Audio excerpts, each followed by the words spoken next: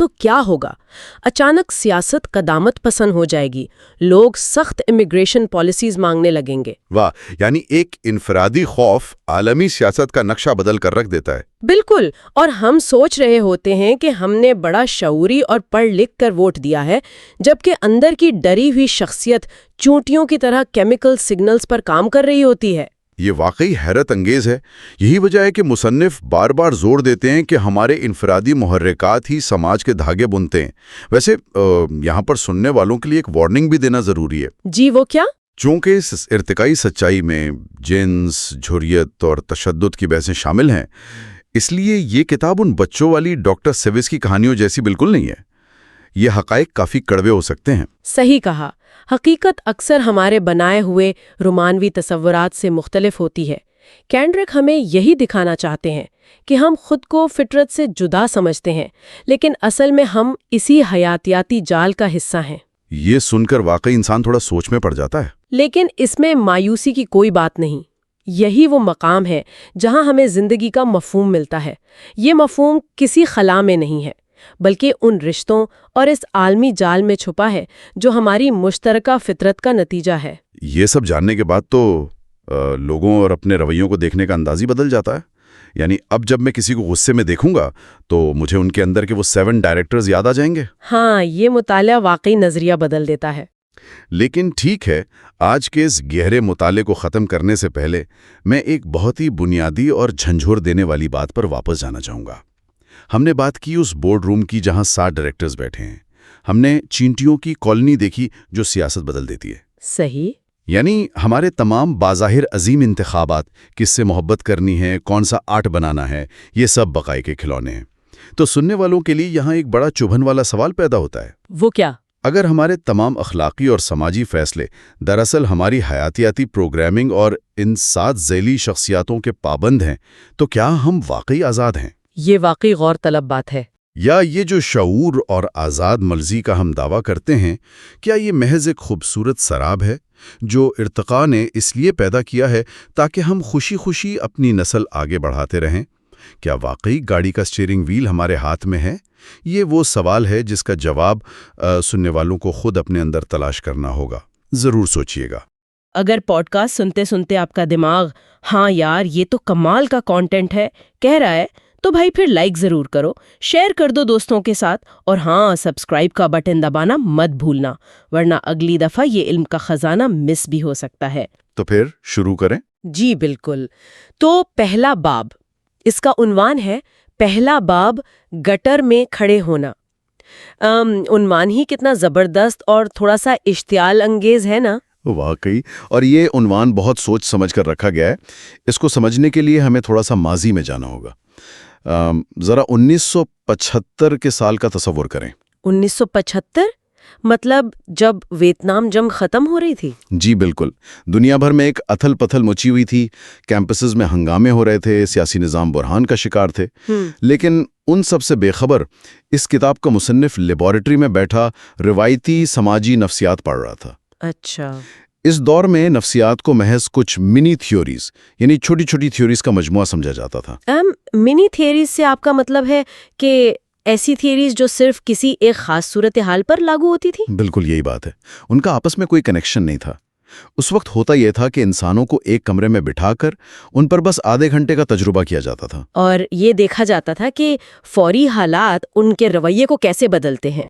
جی ہاں، ماہرین نفسیات مکمل طور پر اس بات کو نظر انداز کر رہے تھے کہ ان رویوں کی جڑیں حیاتیات اور ارتقائی تاریخ میں کہاں تک پھیلی ہوئی ہیں، وہ بس سطح کو کھرچ رہے تھے۔ مجھے یہاں ذرائع میں دی گئی وہ تشبیہ یاد آ رہی ہے جو بہت ہی دلچسپ ہے۔ اس میں روایتی ماہرین نفسیات کو اس شرابی سے ملایا گیا ہے جو اندھیری گلی میں اپنی چابیاں گم کر بیٹھتا ہے۔ ارے ہاں، وہ اسٹریٹ لائٹ والی مثال۔ ہاں، وہ چابیاں ڈھونڈ اسٹریٹ لائٹ کے نیچے رہا ہوتا ہے، اور جب کوئی اس سے پوچھتا ہے کہ بھئی چابیاں تو اندھیرے میں گری تھیں، یہاں کیوں ڈھونڈ رہے ہو؟ تو وہ کہتا ہے کیونکہ یہاں روشنی زیادہ ہے۔ بالکل، ماہرین نفسیات لیبارٹری کی روشنی میں انسانی فطرت کو ڈھونڈ رہے تھے، جبکہ اصل چابیاں تو انسانی حیاتیات کے تاریک جنگلوں میں پڑی تھیں۔ لیکن میں سوچ رہی تھی کہ کیا ماہرین نفسیات کو اس بات کا بالکل اندازہ نہیں تھا؟ مطلب انہوں نے اتنے طویل عرصے تک حیاتیات کو نظر انداز کیوں کیا؟ کیا یہ جان بوجھ کر کیا گیا تھا؟ یہ ایک بہت گہرا سوال ہے۔ اصل میں اس کا تعلق انسان کے ایک بہت بڑے خوف سے ہے۔ اس وقت ماہرین کو لگتا تھا کہ اگر انہوں نے انسانی رویوں کو جینیات سے جوڑ دیا تو اس کا مطلب ہوگا کہ انسان اپنی حیاتیات کا غلام ہے۔ تو انہیں ڈر تھا کہ اس سے پرانے نسل پرستانہ نظریات دوبارہ نہ زندہ ہو جائیں؟ بالکل، وہ محفوظ راستہ اپنا رہے تھے۔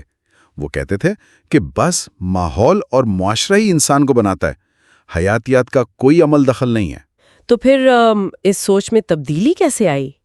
مصنف کو وہ چابی کیسے ملی؟ یہ بڑی مزے کی کہانی ہے۔ مصنف اپنے امتحانات کی تیاری سے بچنے کے لیے، جسے ہم عام زبان میں کام سے جی چرانا کہتے ہیں، ہاں، پروکاسٹینیشن، بالکل، تو وہ لائبریری میں کچھ اور ہی پڑھنے لگا۔ اسے جین لینکاسٹر کی ایک کتاب ملی جو جانوروں کے رویوں پر تھی، اور پھر اس نے ایو ولسن کی مشہور کتاب سوشیولوجی پڑھی۔ اور اس نے کچھ کلک کیا؟ ہاں، ان کتابوں نے اس کے ذہن کے دروازے کھول دیے۔ اس نے سوچا کہ بھئی اگر چمپینزی اور پرندوں کے رویوں کو ارتقاء سے سمجھا جا سکتا ہے تو ہم انسانوں کو الگ کیوں سمجھ رہے ہیں؟ ظاہری بات ہے، ہم بھی تو اسی ارتقائی عمل کا حصہ ہے نا؟ بالکل، لیکن جب اس نے یہ نظریہ پیش کیا نا تو اکیڈمک دنیا نے اس کا کوئی استقبال نہیں کیا۔ ہاں، مجھے یقین ہے کہ کافی مخالفت ہوئی ہوگی۔ مخالفت؟ ان پر باقاعدہ فکری سینسرشپ لگ گئی۔ آپ اندازہ لگائیں، اس تحقیق کو شائع ہونے میں 10 سال لگ گئے۔ 10 سال؟ ارے واہ، یہ تو بہت طویل عرصہ ہے۔ جی، ناقدین نے اس کام کو فکری فحاشی کا نام دے دیا۔ ان کا کہنا تھا کہ انسانی فطرت کے تاریک پہلوؤں پر بات کرنا جنس پرستانہ سوچ ہے۔ وہ لوگوں کو حقائق سے بچانا چاہ رہے تھے۔ یہ تو سائنسی اصولوں کے خلاف ہے۔ بالکل، اور اسی تنقید کا جواب دینے کے لیے مصنف نے آسکر وائلڈ کا وہ قول استعمال کیا جس پر اس باب کا نام ہے کہ ہم سب گٹر میں ہیں لیکن ہم میں سے کچھ ستاروں کی طرف دیکھ رہے ہیں۔ بہت خوبصورت بات ہے۔ ناقدین کو لگتا تھا کہ ارتقائی نفسیات دان بس انسانی فطرت کے گٹر میں، یعنی دھوکہ دہی اور خود غرضی میں ہاتھ ڈال رہے ہیں۔ جی، حالانکہ وہ اسی گٹر میں کھڑے ہو کر انسان کی اصل سچائیوں تلاش کر رہے تھے۔ اور سچ پوچھیں تو ہم انسان ہمیشہ سے انہی موضوعات میں دلچسپی لیتے آئے ہیں۔ ہماری زیادہ تر توجہ انہی چیزوں پر ہوتی ہے نا؟ بالکل، اور ہمیں یہ سمجھنے کی ضرورت ہے کہ ایسا کیوں ہے۔ ہم گپ شپ اور سکینڈلز میں اس لیے دلچسپی نہیں لیتے کہ ہم سطحی لوگ ہیں، بلکہ اس لیے کیونکہ ہمارے ماضی میں یہ معلومات زندگی اور موت کا فیصلہ کرتی تھیں۔ قبیلے میں کون دھوکہ دے رہا ہے، کون رشتے بنا رہا ہے، یہ جاننا بقا کے لیے ضروری تھا؟ 100%۔ قدیم انسان کے لیے یہ جاننا ناگزیر تھا، اور آج بھی اربوں ڈالرز کی انٹرٹینمنٹ انڈسٹری اور ٹائٹینک یا اوتار جیسی فلمیں چلتی ہی اس لیے ہیں کیونکہ وہ ہمارے بقا کے سرکٹس کو ہٹ کرتی ہیں۔ یہ تو واقعی سوچنے والی بات ہے کہ ہمارا دماغ آج بھی اس قدیم دور میں جی رہا ہے۔ لیکن اگر ہمارا دماغ پرانے سگنلز ڈھونڈ رہا ہے تو جب اسے جدید میڈیا کی شکل میں مصنوعی خوبصورتی اور گلیمر ملتا ہے تو وہ اسے ہینڈل کیسے کرتا ہے؟ اور یہیں سے ہمارے مطالعے کا اگلا حصہ شروع ہوتا ہے۔ جی، دوسرا باب، پلے بوائے آپ کے ذہنی میکانزم کے لیے کیوں برا ہے؟ یہ باب تو واقعی رشتوں کے بارے میں ہمارے خیالات ہلا کر رکھ دیتا ہے۔ بالکل ایسا ہی ہے۔ اس میں ایریزونا یونیورسٹی کا ایک بہت زبردست مشاہدہ ہے۔ ہاں، مصنف بتاتا ہے نا کہ جب وہ نیو یارک کی سردی چھوڑ کر ایریزونا کی دھوپ والی یونیورسٹی پہنچا تو اسے عجیب بات محسوس ہوئی۔ کیمپس میں جب کلاسز بدلنے کا وقت ہوتا تو اسے لگتا کہ ہر دوسری لڑکی کسی فیشن میگزین کی ماڈل ہو۔ جی، اسے لگتا تھا کہ اس یونیورسٹی میں خوبصورت لوگوں کی تعداد غیر معمولی حد تک زیادہ ہے۔ لیکن جیسے ہی ہجوم چھٹا اور گراؤنڈ میں کم لوگ رہ جاتے تو اچانک سب چہرے عام سے لگنے لگتے۔ وہ خوبصورت ماڈلز کہاں غائب ہو جاتی تھیں؟ دیکھیں، یہ کوئی جادو نہیں تھا، یہ انسانی دماغ کی معلومات کو پروسیس کرنے کی خامی تھی، یا کہہ لیں ارتقائی فلٹر تھا، جسے بعد میں آئی ٹریکر ٹیکنالوجی سے ثابت کیا گیا۔ آئی ٹریکر، وہ ڈیوائس جو آنکھوں کی حرکات کو نوٹ کرتی ہے؟ جی بالکل، یہ بتاتی ہے کہ نظر کہاں اور کتنی دیر تک ٹکتی ہے۔ تو تجربے میں جب لوگوں کو ہجوم کی تصویریں دکھائی گئیں تو مردوں کے معاملے میں نتائج حیران کن تھے۔ میں جاننا چاہوں گی کہ مردوں کے دماغ نے اس میں کیسے کام کیا؟ ارتقائی وجوہات کیا تھیں؟ مردوں کی نظریں ہجوم میں انتہائی پرکشش خواتین پر عام خواتین کی نسبت تقریباً دگنی دیر تک ٹکی رہیں، اور اس کی وجہ یہ ہے کہ قدیم دور سے مرد کا دماغ ایسے سگنلز ڈھونڈتا ہے جو جوانی اور صحت کی نشاندہی کریں۔ تو دماغ فوراً خوبصورت چہروں پر فوکس کر لیتا ہے۔ جی، لیکن مزے کی بات یہ ہوئی کہ جب ان مردوں سے پوچھا گیا کہ ہجوم میں کتنی خوبصورت خواتین تھیں تو انہوں نے تعداد کا اندازہ حقیقت سے بہت زیادہ لگایا۔ مطلب ان کے دماغ نے عام چہروں کو یادداشت سے ڈیلیٹ ہی کر دیا؟ بالکل مٹا دیا، صرف خوبصورت چہروں کو محفوظ رکھا۔ لیکن ایک منٹ، کیا ایسا نہیں ہو سکتا کہ یہ صرف میڈیا کی وجہ سے ہو؟ ہم بچپن سے ٹی وی پر خوبصورت چہرے دیکھتے ہیں، یہ جینیاتی رد عمل کیسے ثابت ہوا؟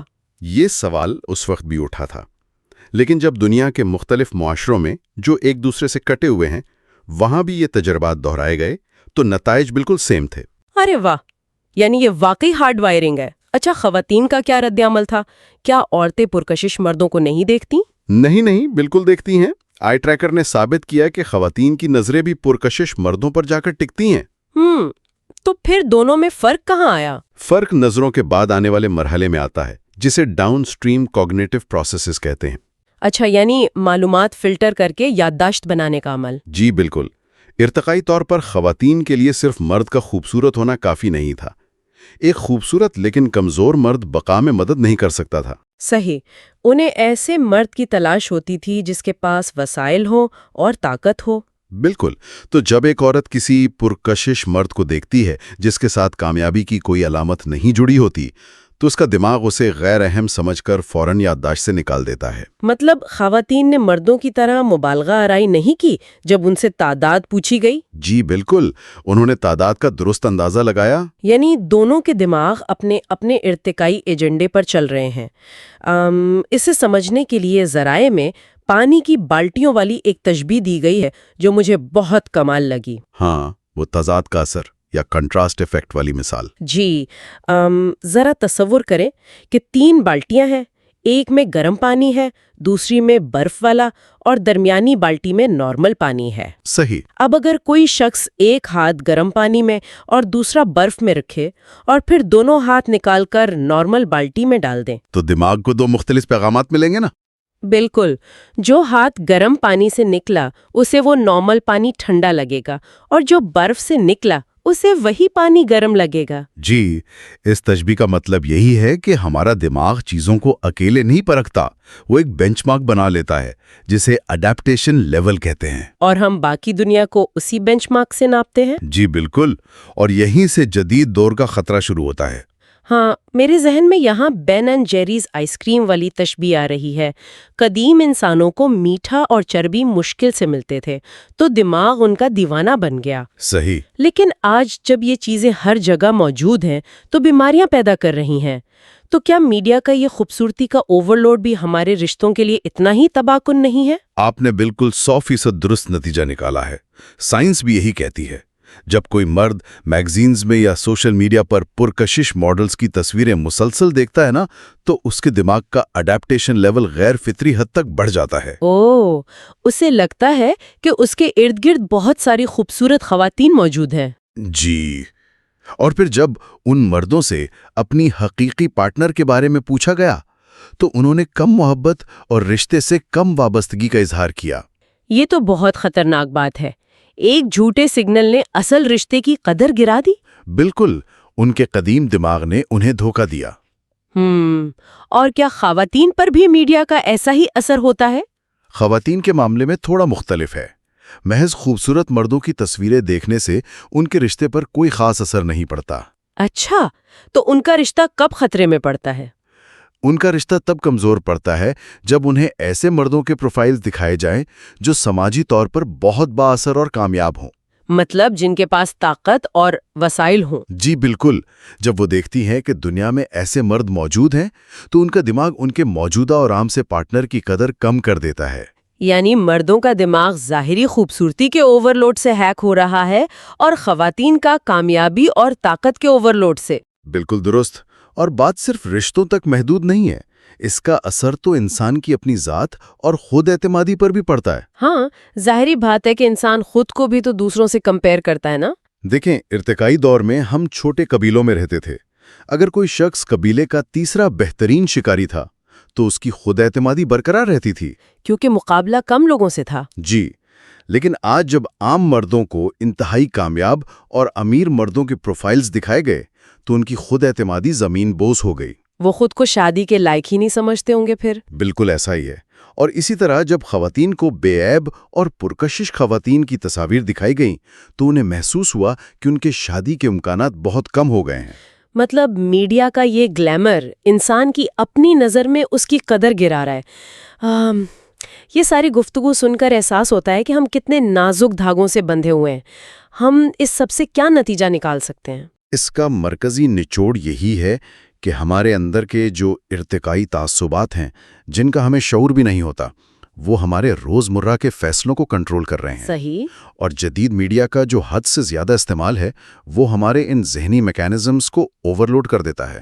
یہ میکانزمز ایک بالکل مختلف دنیا میں بقا کے لیے بنے تھے۔ ہاں، جہاں ایک انسان نے اپنی پوری زندگی میں شاید 100 یا 200 لوگوں کو ہی دیکھنا ہوتا تھا۔ بالکل۔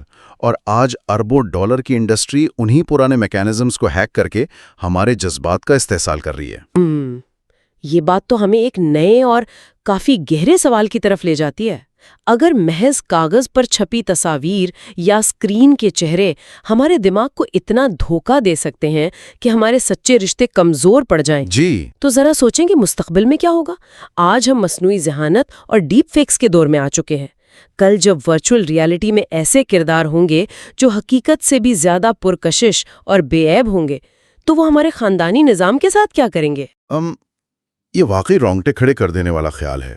جب ہمارا دماغ ان پرانی تصویروں کے سامنے اتنی جلدی ہتھیار ڈال دیتا ہے تو ایک ایسی مصنوعی ذہانت جو خاص طور پر ہمارے ان ٹریگرز کو نشانہ بنانے کے لیے بنی ہو، اس کا مقابلہ کرنا تو انسان کے لیے بہت بڑا چیلنج ہوگا۔ بالکل، اور یہیں پر ہم واپس اس ایکس رے والے تصور پر آتے ہیں۔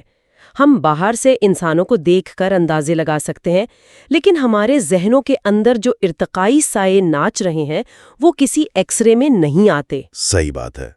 اور اب وہ سائے جنگلوں کے بجائے ہماری سکرینز پر اپنا کھیل کھیل رہے ہیں۔ تو کیا ایک ایسا وقت آئے گا جب ہم اس مصنوعی کمال کے سحر میں اتنا ڈوب جائیں گے کہ ہم حقیقی انسانوں کی خامیوں کو، ان کے عام سے چہروں کو قبول کرنا ہی چھوڑ دیں گے؟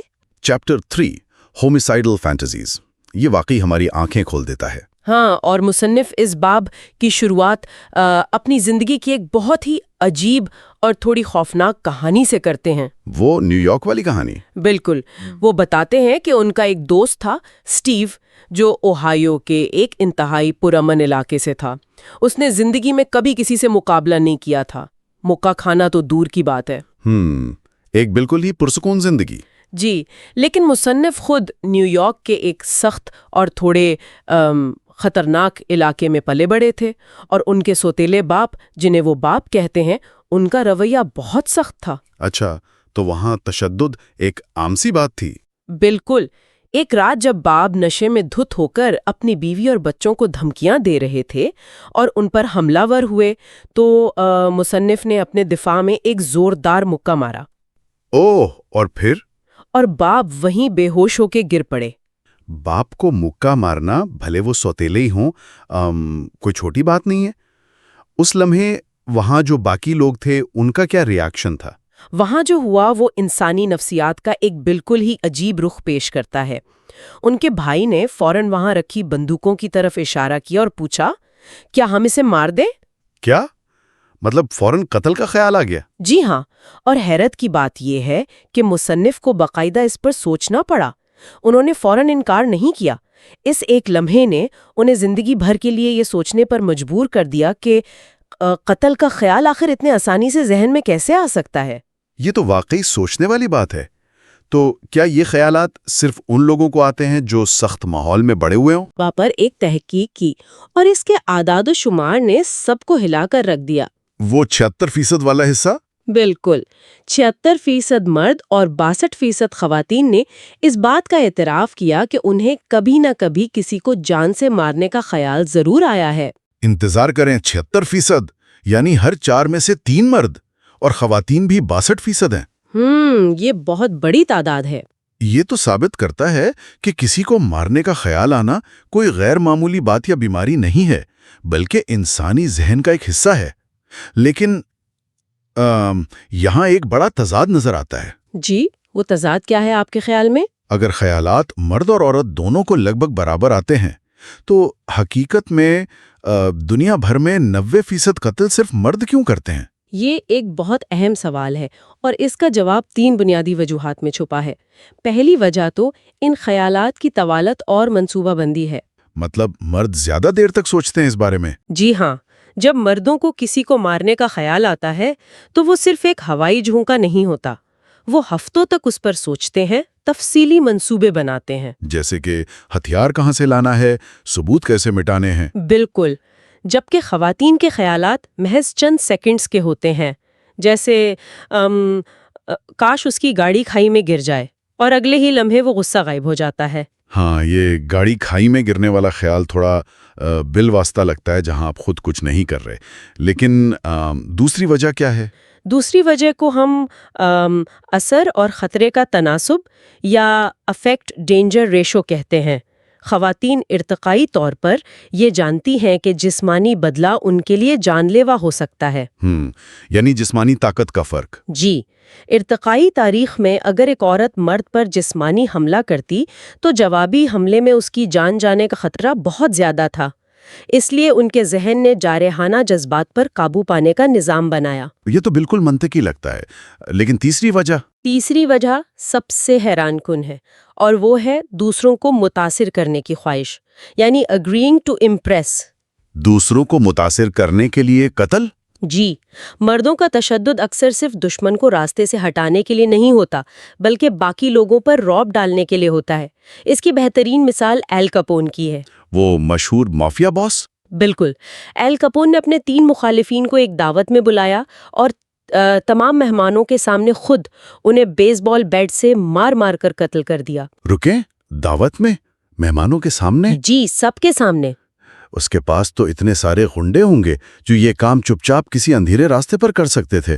اس نے اتنے لوگوں کی موجودگی میں خود اپنے ہاتھ کیوں گندے کیے؟ کیونکہ مقصد صرف ان 3 کو ختم کرنا نہیں تھا، مقصد اس محفل میں بیٹھے باقی تمام لوگوں کے ذہنوں میں اپنا خوف اور رعب بٹھانا تھا۔ اچھا، لیکن یہ تو مافیا کی بات ہو گئی۔ عام زندگی میں ہم دیکھتے ہیں کہ مرد چھوٹی چھوٹی باتوں پر، جیسے جوک باکس پر کون سا گانا چلے گا، اس پر لڑ پڑتے ہیں۔ میں اسے اس طرح سوچتا ہوں کہ یہ ارتقائی حیاتیات کی ایک سٹاک مارکیٹ ہے۔ Stock market? یہ کافی دلچسپ تشبیہ ہے۔ ہاں، جہاں مردوں کو اپنا سٹیٹس یا مقام ہمیشہ بلند رکھنا پڑتا ہے تاکہ وہ ملن یا میٹنگ کے عمل میں منتخب ہو سکیں۔ اگر وہ کمزور پڑیں گے تو ان کے شیئرز گر جائیں گے۔ بہت خوبصورت تشبیہ ہے یہ۔ حیاتیات میں اسے ہم ڈفرینشیل پیرنٹل انویسٹمنٹ کہتے ہیں۔ چونکہ مادہ بچے کی پیدائش میں زیادہ سرمایہ کاری کرتی ہے، اس لیے نر کو اس کی توجہ حاصل کرنے کے لیے جارحانہ مقابلہ کرنا پڑتا ہے۔ تو کیا یہ قانون ہر جگہ لاگو ہوتا ہے کہ صرف مرد ہی جاریت دکھائیں گے؟ نہیں، اور یہی سب سے دلچسپ بات ہے۔ اگر ہم پرندوں کی ایک قسم فیلروپ کی مثال لیں تو وہاں معاملہ بالکل الٹ ہے۔ وہ کیسے؟ وہاں کیا ہوتا ہے؟ وہاں مادہ زیادہ سرمایہ کاری نہیں کرتی، وہ انڈے دے کر چلی جاتی ہے اور نر انڈوں پر بیٹھتا ہے۔ اچھا، تو پھر لڑائی کون کرتا ہے؟ وہاں مادہ پرندے زیادہ جارحانہ ہوتے ہیں، وہ نر کی توجہ حاصل کرنے کے لیے آپس میں لڑتی ہیں۔ کیا بات ہے! یعنی جاریت کا تعلق جنس سے نہیں بلکہ اس بات سے ہے کہ سرمایہ کاری کون کر رہا ہے۔ بالکل۔ لیکن کیا انسانوں پر بھی اس کا کوئی تجربہ کیا گیا ہے، یہ دیکھنے کے لیے کہ سٹیٹس کا خیال واقعی جارحیت بڑھاتا ہے یا نہیں؟ جی ہاں، بالکل تجربات کیے گئے ہیں۔ جب مردوں میں ان کے سٹیٹس یا مقام چھن جانے کا خیال ڈالا گیا تو ان میں براہ راست جارحیت فوراً بڑھ گئی۔ اور عورتوں میں؟ عورتوں میں صرف باواسطہ یعنی انڈائریکٹ جارحیت بڑھی، جیسے کسی کی پیٹھ پیچھے برائی کرنا یا افواہیں پھیلانا۔ لیکن ہم نے تو تاریخ میں عورتوں کو بھی براہ راست حملے کرتے دیکھا ہے، جیسے میری اینٹوینیٹ کے دور کا فرانسیسی انقلاب۔ صحیح کہہ رہے ہیں آپ۔ وہ تب ہوتا ہے جب معاملہ محض سٹیٹس کا نہ ہو بلکہ معاشی مجبوریوں کا ہو۔ جب بچے بھوکے مر رہے ہوں یا ملازمت چھن جانے کا خطرہ ہو تو عورتیں بھی براہ راست جارحانہ ہو جاتی ہیں۔ تو ہم یہ سب شعوری طور پر نہیں کر رہے ہوتے، بس ہماری حیاتیات ہم سے کروا رہی ہوتی ہے۔ اگر ہم اسے وسیع تر تناظر میں دیکھیں تو تجزیے کے مختلف درجے ہوتے ہیں۔ ایک فنکشنل یا ارتقائی وجہ ہوتی ہے اور ایک فوری وجہ ہوتی ہے۔ جیسے پرندوں کی ہجرت؟ بالکل، پرندوں کی ہجرت کی اصل ارتقائی وجہ خوراک کی تلاش ہوتی ہے، لیکن ان کے لیے فوری وجہ دن کا چھوٹا ہونا ہوتی ہے۔ انہیں خوراک کا شعور نہیں ہوتا، وہ بس دن چھوٹے ہونے پر اڑ جاتے ہیں۔ انسانوں میں بھی ایسا ہی ہے، بار میں لڑنے والا ارتقاء کا نہیں سوچ رہا ہوتا، وہ بس غصے میں ہوتا ہے۔ بالکل درست۔ اور یہ حیاتیاتی خوف کتنا گہرا ہے، اس کا اندازہ اس بات سے لگایا جا سکتا ہے کہ بچوں کو جو ڈراؤنے خواب آتے ہیں ان میں اکثر نامعلوم مرد نظر آتے ہیں۔ دماغ نامعلوم افراد کو قدرتی طور پر خطرہ سمجھتا ہے۔ یہ بہت گہری بات ہے۔ اور یہیں سے ہم باب 3 کا اختتام کرتے ہیں، کیونکہ جس طرح ہمارا دماغ انفرادی طور پر اجنبی افراد سے خطرہ محسوس کرتا ہے، بالکل اسی طرح وہ پورے کے پورے گروہوں کو بھی خطرہ سمجھنے لگتا ہے۔ اور یہی بات ہمیں اگلے باب کی طرف لے جاتی ہے۔ بالکل، chapter 4 out group hatred in the blink of an eye, یعنی پلک جھپکتے ہی دوسرے گروہ سے نفرت۔ یہ باب قبیلہ پرستی یا ٹرائبلزم کی بڑی زبردست مثالیں دیتا ہے۔ مصنف نے اپنے سمر کیمپ کے دنوں کا ذکر کیا ہے جو کافی دلچسپ ہے۔ ہاں، وہ لڑکیوں کے خاندانوں والا قصہ۔ جی، مصنف مختلف خاندانوں کی لڑکیوں سے مل رہے تھے۔ ایک یہودی لڑکی تھی جس کا خاندان مصنف کو پسند نہیں کرتا تھا کیونکہ وہ کیتھولک تھے۔ اور خود مصنف کی اپنی ماں بھی تو ناراض تھیں۔ بالکل، اور کمال کی بات یہ ہے کہ آخر میں جب انہوں نے ایک سویڈش لوتھرن خاندان میں شادی کی تو لڑکی کی ماں کا اصرار تھا کہ لڑکا بھی سویڈش لوتھرن ہی ہونا چاہیے۔ حیرت کی بات ہے، حالانکہ یہ سب سفید فام تھے، دیکھنے میں ایک جیسے تھے، لیکن ان کے تعصبات کتنے گہرے تھے۔ اسی کو نفسیات میں آؤٹ گروپ ہوموجینیٹی کہتے ہیں، یعنی ہم دوسرے گروہ کے لوگوں کو انفرادی طور پر نہیں دیکھ پاتے، ہمیں لگتا ہے کہ وہ سب ایک جیسے ہیں۔ جیسے وہ لینیل گیٹر کا واقعہ تھا، چشمدید گواہوں نے ایک بے گناہ سیاہ فام شخص کو مجرم قرار دے دیا صرف اس لیے کہ دوسرے گروہ کے لوگ انہیں ایک جیسے لگتے تھے۔ یہ اس تعصب کی بڑی خطرناک شکل ہے۔ میں اس کی ایک تشبیہ دیتا ہوں، یہ ایسا ہی ہے جیسے کسی عام انسان کے لیے تمام چڑیاں بالکل ایک جیسی ہوتی ہیں۔ بالکل۔ لیکن جو ماہر پرندات ہوتا ہے وہ ان میں فرق جانتا ہے کیونکہ وہ ان کا گہرائی سے مطالعہ کرتا ہے۔ بہت اچھی تشبیہ ہے، لیکن جنیوا شاپیرو کی تحقیق کے مطابق اس تعصب میں ایک بہت اہم استثناء بھی ہے۔ استثناء؟ وہ کیا؟ جب دوسرے گروہ کا شخص غصے میں ہو، جب لوگوں کو غصے والے اجنبی چہرے دکھائے گئے تو وہ انہیں بالکل واضح طور پر یاد رہے، ان کے لیے وہ سب ایک جیسے نہیں تھے۔ مطلب دماغ ایک دم چوکنا ہو گیا کہ یہ خطرہ ہے۔ بالکل، کیونکہ یہ ہماری بقا کے لیے ضروری ہے۔ دماغ پرامن چہروں کو بھلا دیتا ہے لیکن خطرے کو یاد رکھتا ہے۔ یہاں بات واقعی بہت دلچسپ ہو جاتی ہے۔ جی، اور اسے سمجھنے کے لیے ہمیں فنکشنل پروجیکشن کو دیکھنا ہوگا۔ فرائڈ کا تو خیال تھا کہ ہم اپنا ڈر دوسروں پر پروجیکٹ کرتے ہیں، لیکن یہ تحقیق کہتی ہے کہ ایسا نہیں ہے۔ تو پھر کیا ہوتا ہے؟ ڈر کی حالت میں انسان دوسروں میں ڈر نہیں بلکہ غصہ پروجیکٹ کرتا ہے۔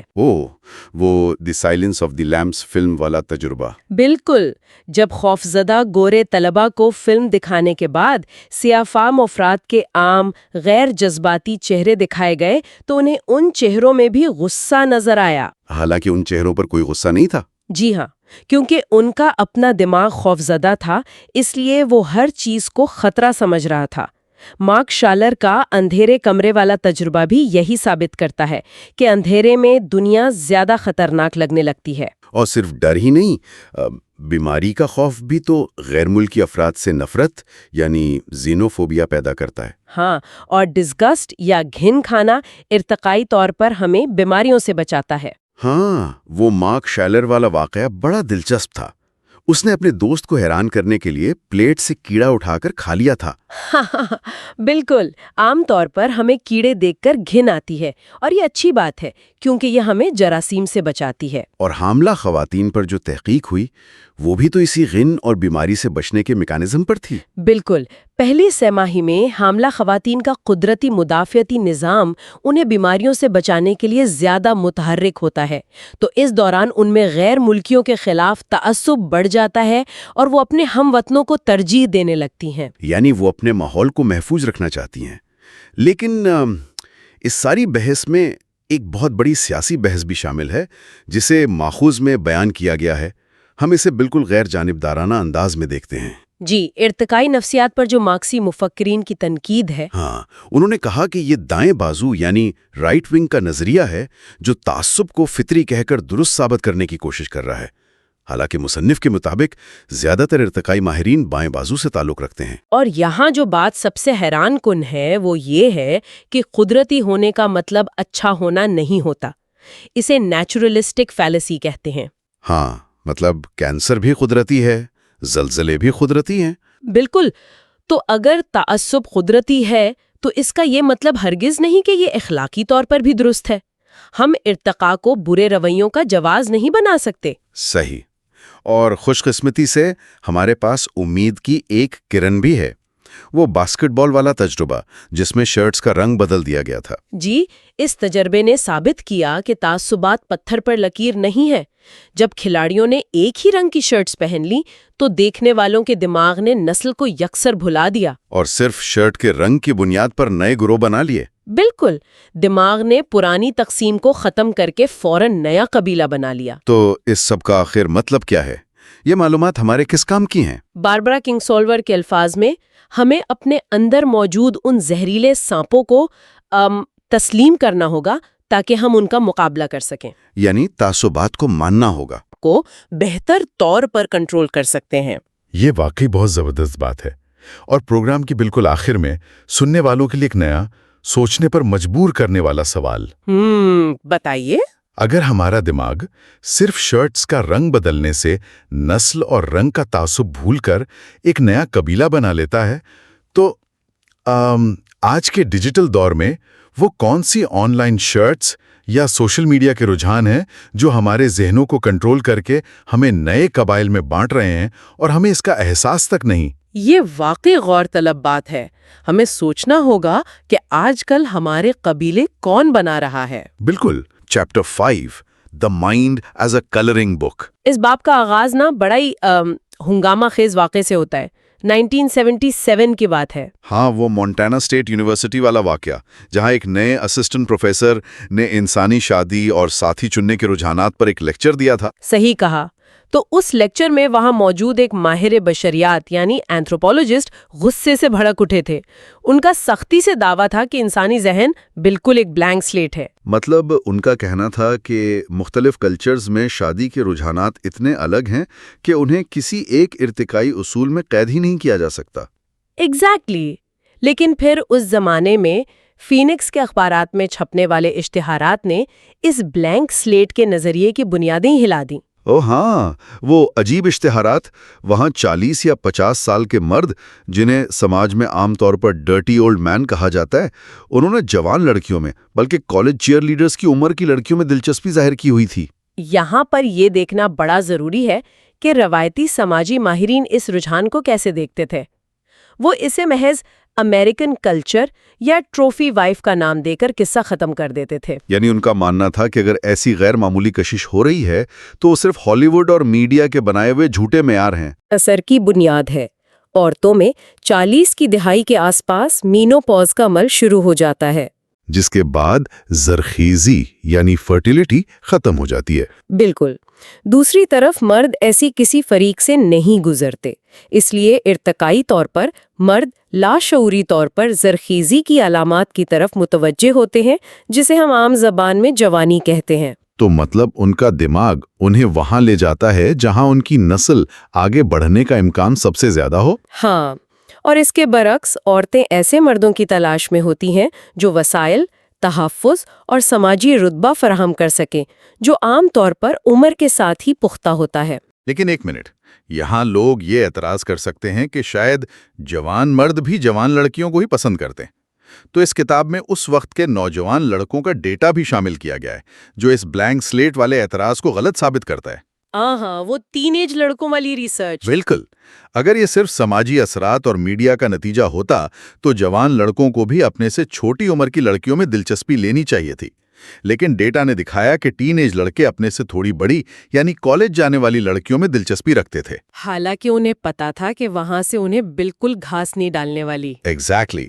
یہ واضح کرتا ہے کہ مرد چاہے جوان ہو یا بوڑھا، زرخیزی کے عروج والی عورتوں میں ہی دلچسپی رکھتا ہے۔ اور سننے والوں کے لیے ایک اور حیرانگی کی بات یہ ہے کہ یہ صرف آدھونک میڈیا تک محدود نہیں تھا۔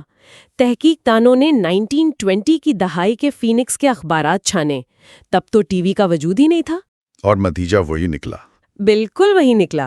17ویں اور 18ویں صدی کے ایمسٹرڈیم میں بھی وہی رجحان تھا، یہاں تک کہ ہندوستان کی بات کریں جہاں شادیاں خاندان والے طے کرتے ہیں، وہاں بھی عمر رسیدہ مردوں کے گھر والے جوان لڑکیاں ڈھونڈ رہے تھے۔ حیرت کی بات ہے، یہاں تک کہ کتاب میں فلپینز کے ایک انتہائی دور افتادہ مہی گیروں کے گاؤں پوروں کا ذکر ہے۔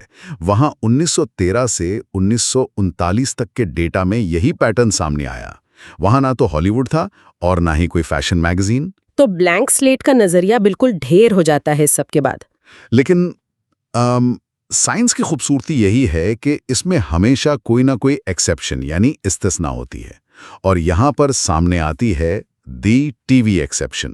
سننے والوں کو یہ کافی حیران کرے گی۔ ہاں، یہ سچ میں اس کتاب کی سب سے دلچسپ مثالوں میں سے ایک ہے۔ ناردرن آسٹریلیا کا ایک قبیلہ ہے جسے ٹی وی قبیلہ کہا جاتا ہے۔ یہاں کا حساب بالکل ہی الٹا تھا۔ 1928 کے سینسس میں دیکھا گیا کہ اس قبیلے کے 30 سے 37 سال کی عمر کے تقریباً تمام نوجوان مردوں کی شادیاں بوڑھی بیواؤں سے ہوئی تھی۔ واقعی یہ پہلی دفعہ سننے میں تو کسی کو بھی چھکا دے گا۔ بالکل، جب ہر جگہ مرد جوان عورتوں کو چنتے ہیں تو یہاں ایسا کیا ہو رہا تھا؟ اگر انتخاب زرخیز ساتھیوں کی طرف راغب کرتا ہے تو ٹی وی قبیلے کے جوان مرد ان پوسٹ مینوپوزل عورتوں سے شادیاں کیوں کر رہے تھے؟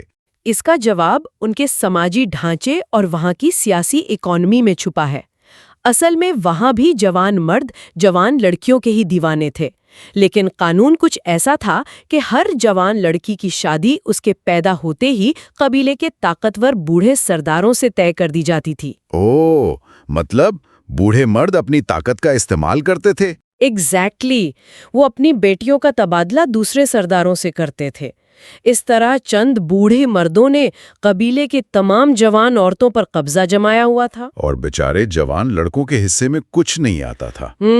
اور اگر کوئی جوان لڑکا ان جوان عورتوں کے قریب جانے کی کوشش کرتا تو اس کی سزا کا طریقہ اتنا خوفناک اور انوکھا تھا کہ سن کر رونگٹے کھڑے ہو جائیں۔ اچھا، وہ کیا کرتے تھے؟ ایسے جوان لڑکے کو گاؤں کے بیچ میں کھڑا کر دیا جاتا اور وہ طاقتور بوڑھا مرد اس پہ نیزے یعنی سپیئرز پھینکتا۔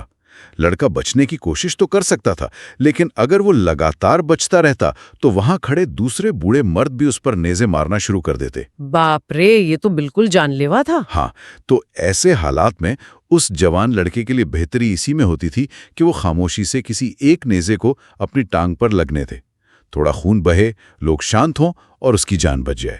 تو تبھی ان جوان لڑکوں نے ایک الگ راستہ نکالا۔ انہوں نے بوڑھی بیواؤں سے شادی کرنا شروع کر دی، لیکن یہ شادی بچے پیدا کرنے کے لیے نہیں بلکہ سماجی رتبہ حاصل کرنے کے لیے تھی۔ صحیح، بوڑھے مرد مرتے تھے تو پیچھے کئی بیویاں چھوڑ جاتے تھے، اور جوان مرد ان بیواؤں سے شادی کر کے ان کے خاندان اور بچوں کے ساتھ ایک پولیٹیکل الائنس یعنی اتحاد بناتے تھے، اور جب انہیں طاقت مل جاتی تو وہ خود بوڑھے ہو کر جوان لڑکیوں پہ قبضہ کر لیتے تھے۔ تو دیکھا جائے تو طبی قبیلہ ارتقائی اصول کو غلط ثابت نہیں کر رہا، بلکہ یہ دکھا رہا ہے کہ ارتقائی ذہنیت اور مقامی حالات مل کر نئے پیٹرن بناتے ہیں۔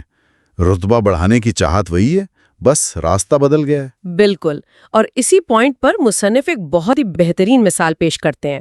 وہ کہتے ہیں کہ انسانی ذہن ایک کلرنگ بک یعنی رنگ بھرنے والی کتاب کی طرح ہے۔ کلرنگ بک مطلب وہ بچوں والی جس میں کتوں اور بلیوں کی لکیریں پہلے سے کھینچی ہوتی ہیں؟ ایگزیکٹلی، وہ لکیریں انسانی فطرت اور ارتقائی خصوصیات ہیں جنہیں مٹایا نہیں جا سکتا، لیکن اس خاکے کے اندر کون سا رنگ بھرنا ہے، ہرا، نیلا یا لال، اس کے چننے کی آزادی ہوتی ہے۔ اور وہ رنگ دراصل کلچر اور ماحول ہوتا ہے۔ کیا خوبصورت مثال ہے۔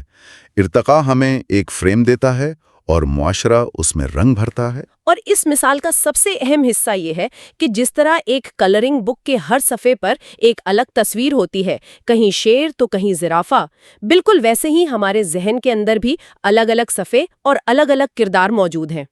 یہ ایک بالکل نئے زاویے کی طرف اشارہ ہے۔ آئیے اب اس ذہنی سفر کو آگے بڑھاتے ہیں اور کتاب کے اگلے حصے میں داخل ہوتے ہیں۔ چیپٹر 6 سب سیلز۔ یہ باب تو اس پرانے تصور کو بالکل بدل کر رکھ دیتا ہے کہ انسان اکیلے ایک ہی شخص ہے۔ اس میں دماغ کے اندر موجود انہی مختلف کرداروں یعنی سب سیلز کی تفصیل ہے۔ اور اس باب کا آغاز اسی کہانی سے ہوتا ہے جس کا ذکر ہم نے شروع میں کیا تھا، یورپ کی وہ تباہ کن چھٹیاں۔ ہاں، مصنف کی 1992 کی وہ چھٹیاں جو انہوں نے اپنی نئی بیوی، اپنے ایک بہترین دوست رچ اور ان دونوں کے ٹین ایج بیٹوں کے ساتھ گزاری تھی۔ سوچا تھا کہ پیرس میں سین ندی کے کنارے سکون ملے گا، لیکن نتیجہ ایک دردناک خواب نکلا۔ گرمی، ٹرین اسٹیشن پر بھیڑ اور بچوں کی مسلسل چڑچڑاہٹ۔ یہاں تک کہ پیرس کی ایک بیکری میں مصنف اتنا آپا کھو دیکھے کہ انہوں نے ایک بد مزاج عورت کو کہہ دیا کہ ہمیں تم لوگوں کو جرمن فوج کے حوالے ہی چھوڑ دینا چاہیے تھا۔ اور اس بات پر ان کے دوست کو شدید غصہ آیا۔ بات اتنی بڑی کہ اس سفر میں برتن دھونے پر بھی دونوں دوستوں کی شدید لڑائی ہو گئی۔ لیکن غور کرنے والی بات یہ تھی کہ ان کا بیٹا چھٹیوں کو پیسے کا ضیاع کہہ رہا تھا، بدتمیزی کر رہا تھا، لیکن مصنف نے وہ غصہ خاموشی سے پی لیا۔ اپنے بیٹے کی بدتمیزی برداشت کر لی مگر دوست کی نہیں۔ ایسا کیوں؟ کیونکہ 20ویں صدی کی نفسیات کا ایک بڑا مشہور نظریہ تھا ری انفورسمنٹ افیکٹ ماڈل۔ وہ جس کے مطابق انسانی دماغ صرف ایک سادہ اصول پر چلتا ہے کہ جو اچھا لگے وہ کرو، جہاں سے خوشی ملے اس سے محبت کرو۔ ہاں، لیکن جانوروں پر ہونے والی تحقیق نے اس سادہ اصول کو بالکل رد کر دیا۔ ایک انتہائی مشہور تجربہ ہے جہاں چوہوں کو ایک مخصوص ذائقے والی خوراک دی گئی اور ساتھ کچھ روشنیاں اور آوازیں بھی تھیں۔ پھر ان چوہوں کو ریڈیشن دی گئی جس سے انہیں گھنٹوں بعد متلی ہوئی۔ تو اگر دماغ صرف ایک سادہ اصول پر چل رہا ہوتا تو چوہوں کو روشنی اور آواز دونوں سے ڈرنا چاہیے تھا۔ لیکن انہوں نے نہیں کیا۔ انہوں نے بیماری کو صرف اور صرف کھانے کے ذائقے سے جوڑا، جبکہ بطور بیر یعنی کویل انہوں نے بیماری کو ذائقے سے نہیں بلکہ کھانے کے رنگ سے جوڑا، کیونکہ انہیں اپنی آنکھوں پر زیادہ بھروسہ ہوتا ہے۔ اس سے پتہ چلتا ہے کہ دماغ میں الگ الگ حصے یا ماڈیولز ہیں جو الگ الگ کاموں کے لیے پری پروگرامڈ ہیں۔ بالکل، اور انسانی ذہن میں بھی دوستوں، رشتہ داروں اور اجنبیوں کے لیے بالکل الگ الگ حساب کتاب کے ماڈیولز کام کرتے ہیں۔ مثال کے طور پر خاندان والوں کے تصور پر جنسی کشش کا سوئچ بالکل بند ہوتا ہے۔ ہاں، کتاب میں ایک تحقیق کا ذکر ہے کہ جب لوگوں سے کسی خاندان والے کے ساتھ جنسی تعلق کے بارے میں سوچنے کو کہا گیا تو مردوں یا عورتوں سب کو شدید گھن آئی۔ یہ ہمارے اندر وسیع ارتقائی حفاظت ہے جسے ان بریڈنگ ڈپریشن کہتے ہیں، تاکہ جنیاتی بیماریاں نہ ہوں۔ لیکن جب یہی سوال دوستوں کے بارے میں پوچھا گیا تو عورتوں نے دوستوں کو خاندان کی طرح سمجھا اور گھن محسوس کی، جبکہ مردوں نے دوستوں کو اجنبیوں کی طرح سمجھا۔ مطلب مردوں کو اس خیال سے کوئی بری فیلنگ نہیں آئی۔ یہ دماغ کا کیسا عجیب حساب کتاب ہے۔ یہ اس بات کا ثبوت ہے کہ دماغ ایک ترازو سے سب کو نہیں تولتا۔ خاندان والوں کے لیے انکلوسیو فٹنس کا جذبہ ہوتا ہے کہ ہمارا خون آگے بڑھے، لیکن دوستی ایک لین دین ہے، ریسیپروکل آلٹروئزم۔ تم میرا خیال رکھو، میں تمہارا خیال رکھوں گا۔ اس سے وہ ویکیشن والی لڑائی کتنی اچھی طرح سمجھ آ جاتی ہے۔ بالکل، مصنف اپنے بیٹے کی بدتمیزی برداشت کر گئے کیونکہ وہ انہی کے جینز کا حصہ تھا، لیکن دوست کے ساتھ برابری کا اصول ٹوٹ گیا، اس لیے دوستی داؤ پر لگ گئی۔ اور یہی وہ بنیاد ہے جس پر کتاب کی سب سے اہم تھیوری کھڑی ہے، یعنی ہمارے دماغ میں موجود وہ 7 ذیلی شخصیات یا 7 سب سیلفز۔ آئیے ان 7 شخصیات کو ایک ایک کر کے سمجھتے ہیں۔ ضرور۔ یہ 7 شخصیات دراصل دماغ کے وہ الگ الگ سافٹ ویئر ہیں جو ہمارے اسلاف کو اس زمین پر زندہ رہنے میں مدد دیتے آئے ہیں۔ پہلا حصہ بچاؤ اور رتبے کا ہے، جس میں سب سے پہلے آتا ہے دی نائٹ واچ مین یعنی پہرے دار۔ اس کا مقصد صرف حفاظت کرنا ہوتا ہے نا؟ ہاں، یہ دماغ میں ہر وقت الرٹ رہتی ہے کہ کہیں آس پاس کوئی خطرہ تو نہیں، کوئی حملہ تو نہیں ہونے والا۔ اسی کے ساتھ ایک اور شخصیت ہے دی کمپلسیو یعنی بیماریوں سے بچنے والا کردار۔ یعنی جب کہیں سے بدبو آتی ہے یا کوئی کھانسرا ہوتا ہے تو یہ شخصیت آگے آ جاتی ہے تاکہ ہم جراثیم سے دور رہیں۔ ایگزیکٹلی۔ اور تیسرے نمبر پر ہے رتبے کی فکر کرنے والی شخصیت، دی گو گیٹر۔ اسے ہر وقت اس بات کی فکر رہتی ہے کہ سماج میں میرا مقام کیا ہے۔ کیا خوب کردار ہیں یہ. پھر دوسرا حصہ آتا ہے ہماری سماجی زندگی کا. اس میں دی ٹیم پلیئر سامنے آتا ہے. صحیح، اس کا کام دوستوں اور سوسائٹی کے ساتھ تعلقات بنانا اور الائنس مضبوط رکھنا ہے. اور پھر تیسرا حصہ آتا ہے شادی اور خاندان کا. ساتھی ڈھونڈنے کے لیے دی سوئنگنگ سنگل نام کی شخصیت کنٹرول سنبھالتی ہے، جس کا مقصد صرف ایک بہترین رومانوی ساتھی ڈھونڈنا ہوتا ہے. اور جب ساتھی مل جاتا ہے تو دی گڈ اسپاؤس آگے آ جاتی ہے. ہاں، تاکہ اس بنائے گئے رشتے کو ٹوٹنے سے بچایا جا سکے اور ساتھی کو خوش رکھا جائے. اور آخری 7ویں شخصیت ہے دی پیرنٹ یعنی والدین. جب بچے ہو جاتے ہیں تو یہ شخصیت دماغ پر چھا جاتی ہے. اس کا پورا دھیان صرف اپنے بچوں اور رشتہ داروں کی دیکھ بھال اور حفاظت پر ہوتا ہے. اب اگر ہم ان 7 سب سیلز کی روشنی میں یورپ کی چھٹیوں والی کہانی کی طرف دوبارہ دیکھیں تو پوری تصویر صاف ہو جاتی ہے. بالکل. اصل مسئلہ یہ تھا کہ اس اجنبی ماحول میں مصنف کی یہ تمام ذیلی شخصیات ایک ہی وقت میں کنٹرول لینے کے لیے آپس میں لڑ رہی تھیں. ایک طرف ان کا اندر کا دی پیرنٹ تھا جو بیٹے کے نخرے برداشت کر رہا تھا، دوسری طرف دی ٹیم پلیئر دوست کے ساتھ ناراض ہو رہا تھا. ساتھ ہی دی گڈ اسپاؤس اپنی نئی بیوی کے سامنے اچھا بننے کی کوشش کر رہا تھا. اور ٹرین سٹیشنز پر بھیڑ دیکھ کر دی نائٹ واچ مین مسلسل الرٹ تھا. دماغ میں جب اتنی ساری شخصیت ایک وقت میں ایکٹیو ہوتی ہیں تو نتیجہ شدید ذہنی دباؤ کی صورت میں ہی نکلتا ہے. لیکن جب بعد میں مصنف اکیلے اپنے بیٹے کے ساتھ تھے تو دماغ کی ڈرائیونگ سیٹ پر صرف دی پیرنٹ تھا، اس لیے سفر پرسکون ہو گیا. یہ تجزیہ واضح کرتا ہے کہ ایک وقت میں ہمارے دماغ کی ڈرائیونگ سیٹ پر صرف ایک ہی ذیلی شخصیت بیٹھ سکتی ہے. تو اس سب کو اگر ہم سمیٹیں تو پتہ یہ چلتا ہے کہ انسانی ذہن نہ تو کوئی سادہ سی بلینک سلیٹ ہے اور نہ ہی ہماری شخصیت کوئی ایک سنگل اینٹیٹی ہے. بالکل صحیح کہا. ہمارا ذہن ارتقائی اصولوں پر مبنی ایک بہت ہی پیچیدہ اور شاندار ڈھانچہ ہے. یہ ایک ایسی کلرنگ بک کی طرح ہے جس کی لکیریں پہلے سے بنی ہیں اور الگ الگ صفحات ہماری مختلف ذیلی شخصیات کو درشاتے ہیں. کتنی سوچے جانے والی بات ہے یہ. چلیے اس سفر کا اختتام ایک نئے خیال کے ساتھ کرتے ہیں. ایک لمحے کے لیے سوچیں، اس وقت جو لوگ ہماری یہ گفتگو سن رہے ہیں ان کے دماغ کی کون سی ذیلی شخصیت اس معلومات کو پروسیس کر رہی ہے؟ کیا یہ کسی کا ٹیم پلیئر ہے جو یہ حیرت انگیز باتیں دوستوں کے ساتھ بانٹنا چاہتا ہے، یا پھر یہ کوئی گو گیٹر ہے جو اس معلومات سے اپنا سماجی رتبہ بڑھانا چاہتا ہے؟ اور سب سے گہرا سوال یہ ہے کہ اگر کل صبح اٹھنے کے بعد دماغ کی ڈرائیونگ سیٹ پر اچانک کوئی اور ذیلی شخصیت آ کر بیٹھ جائے تو کیا وہی روزمرہ کی دنیا بالکل ایک مختلف زاویے سے نظر نہیں آئے گی؟ واقعی یہ ایک بہت گہرا اور خود کو پہچاننے والا سوال ہے. ہم سیدھا چلتے ہیں کتاب کے چیپٹر 7 کی طرف، جس کا نام ہے chapter 7 reconstructing Maslow's pyramid. Maslow کا مشہور پیرامڈ جس کے بارے میں ہم سب نے کہیں نہ کہیں پڑھ رکھا ہے. ہاں بالکل. لیکن اس باب کی شروعات میں مصنف نے اپنی 1967 کی ایک انتہائی دلچسپ کہانی سنائی ہے. وہ اس وقت نیو یارک کے مشہور پیراماؤنٹ ہوٹل میں ڈورمین ہوا کرتے تھے. ایک ڈورمین کی شفٹ جو یقیناً بہت تھکا دینے والی ہوتی ہے. بہت زیادہ. تو مصنف بتاتے ہیں کہ کس طرح انہوں نے ایک ہی شفٹ میں میسلو کے اس مشہور تکون یا پیرامڈ کے تمام درجات طے کیے. ہوا کچھ یوں کہ شفٹ کے دوران کافی سامان اٹھانے کے بعد سب سے پہلے تو انہیں شدید بھوک لگی، جو کہ میسلو کے مطابق انسان کی سب سے بنیادی جسمانی ضرورت ہے. صحیح. تو انہوں نے ایک پیزا کھایا. پھر جب وہ واپس آ رہے تھے تو انہیں گلی میں ایک نشے باز نظر آیا جو کافی خطرناک لگ رہا تھا. اب بھوک تو مٹ چکی تھی تو ان کا دھیان فوراً اس طرف گیا کہ اس شخص سے بچنا کیسے ہے. یعنی تحفظ یا سیکیورٹی کی ضرورت یہ پیرامڈ کا دوسرا درجہ ہے. بالکل ٹھیک. اور جیسے ہی وہ بچ کر ہوٹل کے اندر آئے انہیں وہاں جارجیا سے آیا ہوا ایک طالب علم مل گیا. دونوں نے لمبی گپ شپ شروع کر دی. یہ تیسرا درجہ ہو گیا، سماجی تعلق اور اپنائیت کا احساس. اور پھر آخر میں جب رات گئے کوئی کام نہیں تھا تو وہ اکیلے بیٹھ کر نفسیات کی کتابیں پڑھنے لگے. وہ دانشور بننے کے خواب دیکھ رہے تھے، پروفیسر بننے کے خواب. یہ میسلو کے پیرامڈ کی سب سے اونچی چوٹی تھی، یعنی خود شناسی یا سیلف ایکچولائزیشن. واقعی یہ کہانی تو میسلو کے ماڈل کو بالکل پرفیکٹ ثابت کرتی ہے.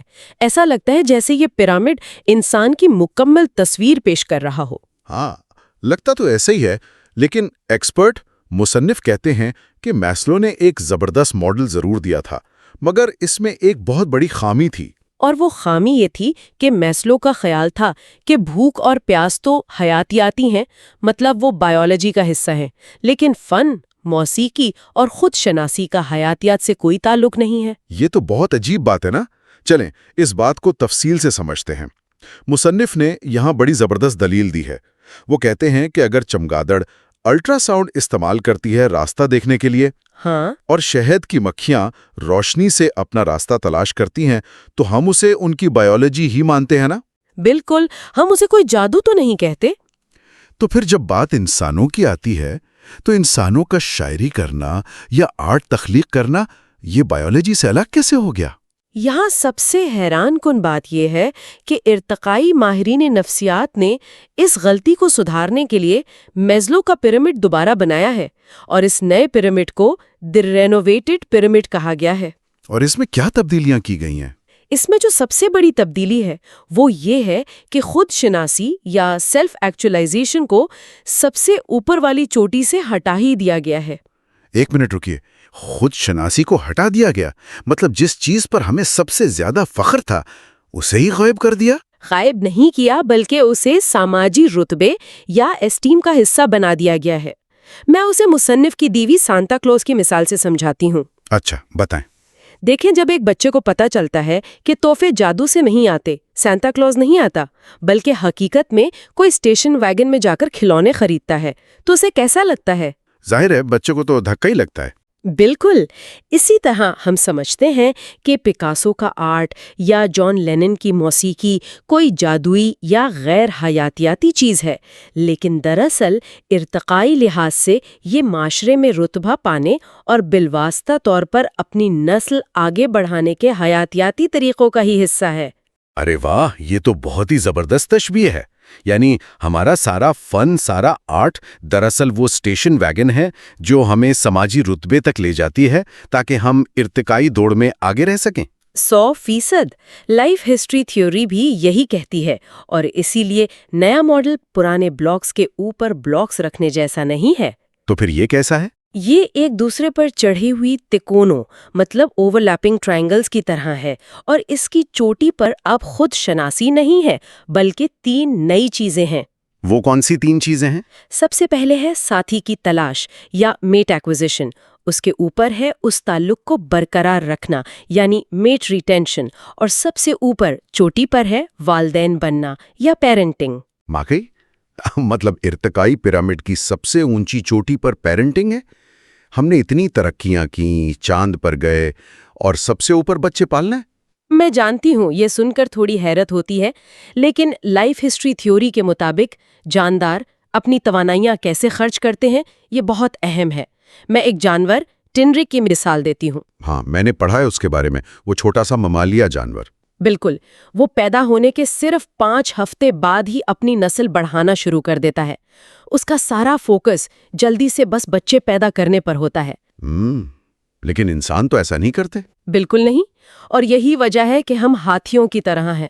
ہاتھی اور انسان دونوں اپنے بچوں کی پرورش پر، ان کے دماغ کو بڑا کرنے اور سکھانے پر طویل وقت اور توانائیاں لگاتے ہیں۔ اس لیے ارتقائی طور پر والدین بننا اور بچوں کو پروان چڑھانا ہمارا سب سے بڑا اور توانائی طلب ٹاسک ہے۔ تو اس سب کا اصل مطلب کیا ہے؟ مطلب آپ نے کہا کہ یہ نیا پیرامڈ اوور لیپنگ ٹرائنگلز کی طرح ہے۔ اگر ہماری پرانی ضروریات جیسے بھوک یا خطرے کا احساس پیچھے ختم نہیں ہوتے، ہاں، بلکہ وہ نئے پیرامڈ کے مطابق پس منظر میں چلتی رہتی ہیں، تو کیا یہ پوشیدہ شخصیات یا سب سیلز ہمارے روزمرہ کے تجربات کو بھی کنٹرول کرتے ہیں؟ یہ ایک بہت ہی بہترین سوال ہے، اور یہی سوال ہمیں سیدھا اگلے باب کی طرف لے جاتا ہے۔ بالکل، تو اب ہم چلتے ہیں چیپٹر 8 کی طرف، جس کا باقاعدہ عنوان ہے چیپٹر 8 ہاؤ دا مائنڈ وارپس۔ اس باب میں مصنف نے کچھ بہت ہی ذاتی یادیں شیئر کی ہیں۔ ہاں، وہ فلیش بلب میموریز کی بات کرتے ہیں۔ صحیح۔ مصنف بتاتے ہیں کہ انہیں اپنے بھائی کی موت کی خبر ملنے والا دن پوری طرح یاد ہے۔ وہ کچن میں تھے اور انہیں اس کچن کی پیلی دیوار تک بالکل صاف یاد ہے۔ یہ ایک تکلیف دہ یاد ہے۔ اور دوسری طرف انہیں کچھ خوبصورت یادیں بھی اسی طرح تفصیل سے یاد ہیں، لیکن پھر کچھ چیزیں ذہن بالکل غائب کر دیتا ہے۔ جیسے کہ وہ ہارلی ڈیوڈسن والا واقعہ جس سے ہم نے اس گفتگو کا آغاز کیا تھا۔ ہاں وہ ہوائی اڈے پر وہ لڑکی جس کی شرٹ پر لکھا تھا "If you ain't riding a Harley, you ain't shit"۔ مصنف کو لڑکی یاد رہی، بائیکر دوست کے چمڑے کے کپڑے یاد رہے، لیکن اس بائیکر کا چہرہ یا موٹر سائیکل کا رنگ غائب ہو گیا۔ بالکل ایسا ہی ہے۔ تو یہاں بات واقعی بہت دلچسپ ہو جاتی ہے۔ کیا ہمارا ذہن کسی ویڈیو کیمرے کی طرح نہیں ہے؟ کیا یہ ہماری ای میل کے آسیم فلٹر کی طرح ہے، جو صرف انہی چیزوں کو اندر آنے دیتا ہے جو اس وقت ہمارے فعال سب سیلف کے لیے اہم ہو؟ اگر ہم اسے وسیع تر تناظر میں دیکھیں نا، تو ڈیوڈ ہیوم کا قول تھا کہ عقل جذبات کی غلام ہے۔ لیکن مصنف کہتے ہیں کہ ہمارے ذہن میں کوئی ایک عقل مند نہیں بیٹھا، بلکہ کئی چھوٹے چھوٹے عقل مند بیٹھے ہیں جنہیں ہم سب سیلفز کہہ سکتے ہیں، اور ان سب کی اپنی اپنی ریڈار اسکرینیں ہیں۔ مطلب جب مصنف لڑکی کو دیکھ رہے تھے تو ان کا رومانچوی سب سیلف ایکٹیو تھا، جسے وہ سوئنگنگ سنگل کہتے ہیں۔ بالکل۔ اور جیسے ہی وہ خطرناک بائیکر سامنے آیا تو ان کا نائٹ واچ مین یا محافظ والا سب سیلف ایکٹیو ہو گیا۔ اس وقت ذہن کو چہرے کی تفصیل نہیں چاہیے تھی، اسے یہ دیکھنا تھا کہ یہ بندہ جسمانی طور پر کتنا بڑا خطرہ ہے۔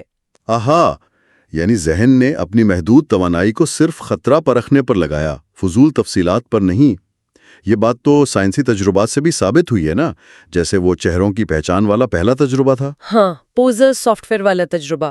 اس میں کیا ہوا تھا کہ لوگوں کو اسکرین پر چہرے دکھائے گئے اور یہ نوٹ کیا گیا کہ لوگ غصے میں بھرے مرد کے چہرے کو 1 سیکنڈ سے بھی کم وقت میں پہچان لیتے ہیں۔ لیکن جب کچھ لوگوں نے اس پر تنقید کی کہ یہ تو شاید کلچر یا ثقافت کا اثر ہے، تو سائنسدانوں نے اسے ایک قدم آگے بڑھا دیا۔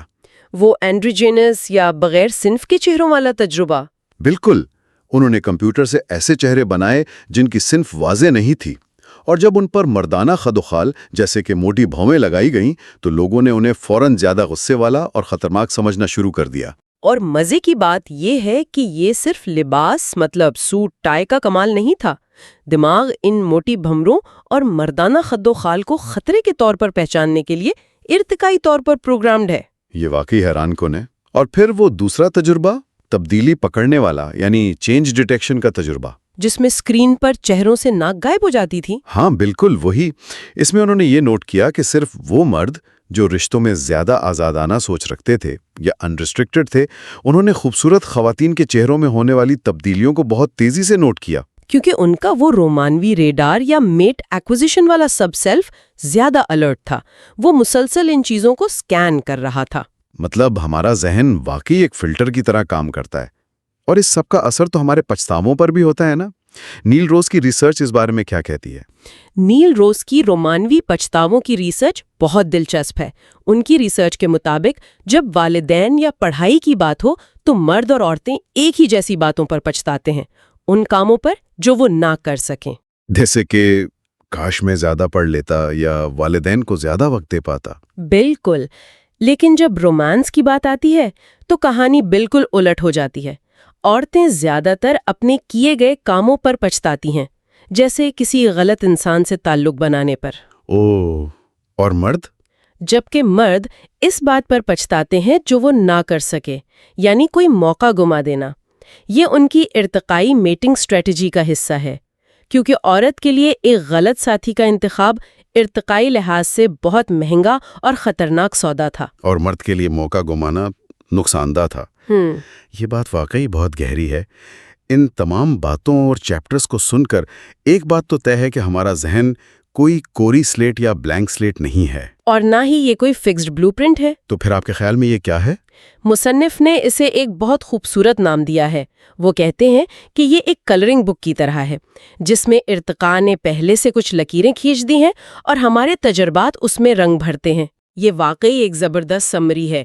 اس کلرنگ بک میں غصہ، بقا، ساتھی کی تلاش، سب کی آؤٹ لائن پہلے سے موجود ہے۔ تو سننے والوں کے لیے اگر ہم آج کے اس تفصیلی جائزے کو سمیٹیں تو ہم نے دیکھا کہ کس طرح ہماری بقا، ساتھی کی تلاش اور بچوں کی پرورش جیسی ارتقائی ضرورتیں نہ صرف ہمارے سب سے اونچے خوابوں جیسے آرٹ اور شاعری کو جنم دیتی ہیں، بلکہ یہ بھی طے کرتی ہیں کہ ہم دنیا کو کیسے دیکھتے ہیں اور کیا یاد رکھتے ہیں۔ یہاں ایک اہم سوال پیدا ہوتا ہے جس پر ہمیں ضرور سوچنا چاہیے۔ وہ کیا؟ اگر ہمارے ذہن کے اندر موجود مختلف ارتقائی شخصیات یا سب سیلز ہی یہ فیصلہ کرتی ہیں کہ ہمیں کیا یاد رکھنا ہے، کس پر غصہ کرنا ہے اور کسے پسند کرنا ہے، تو جب ہم مستقبل کی کوئی منصوبہ بندی کر رہے ہوتے ہیں تو کیا ہم واقعی اپنے شعور سے فیصلے کر رہے ہوتے ہیں؟ یہ تو واقعی سوچنے والی بات ہے۔ یا پھر ہم صرف اپنی اس ارتقائی کلرنگ بک میں لکھی ہوئی پوشیدہ کہانی کو دہرا رہے ہوتے ہیں؟ یہ واقعی ایک ایسا سوال ہے جس پر گہرائی سے غور کیا جانا چاہیے۔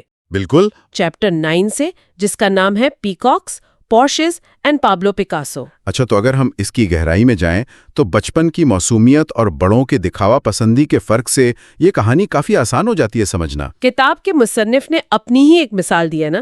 ہاں، انہوں نے بتایا کہ جب ان کا بیٹا 4 سال کا تھا تو اس نے محض 12 سینٹ کے ایک غتے یعنی کارڈ بورڈ باکس سے ایک کھلونا بنایا، اور وہ اس پہ انتہائی خوش تھا۔ بالکل۔ اس بچے کو اس بات کی کوئی پرواہ نہیں تھی کہ دنیا کی نظر میں اس کھلونے کی مادی قیمت کیا ہے۔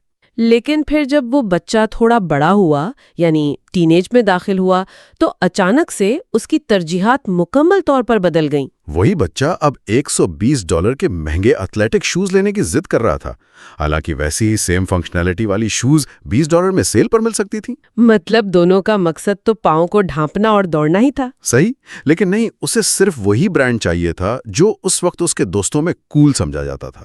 اگر میں اس بدلاؤ کو دیکھوں تو 4 سال کے بچے اور ایک ٹین ایجر میں سب سے بڑا فرق پیوبرٹی اور معاشرتی دباؤ کا لگتا ہے۔ یعنی یہ دکھاوا کسی منطق پر نہیں بلکہ کسی نئے بایولوجیکل سافٹ ویئر کا نتیجہ ہے۔ ایک دم درست تجزیہ ہے آپ کا۔ بڑے ہونے پر لوگ منطقی ڈیسیجنز نہیں لیتے بلکہ ان کی پریفرنسز سماجی سٹیٹس کے حساب سے بدل جاتی ہیں۔ یہاں پروفیسر ایڈ سیدالہ کے ایک دوست کی مثال بہت دلچسپ ہے۔ اچھا، وہ لیکسس گاڑی والی مثال؟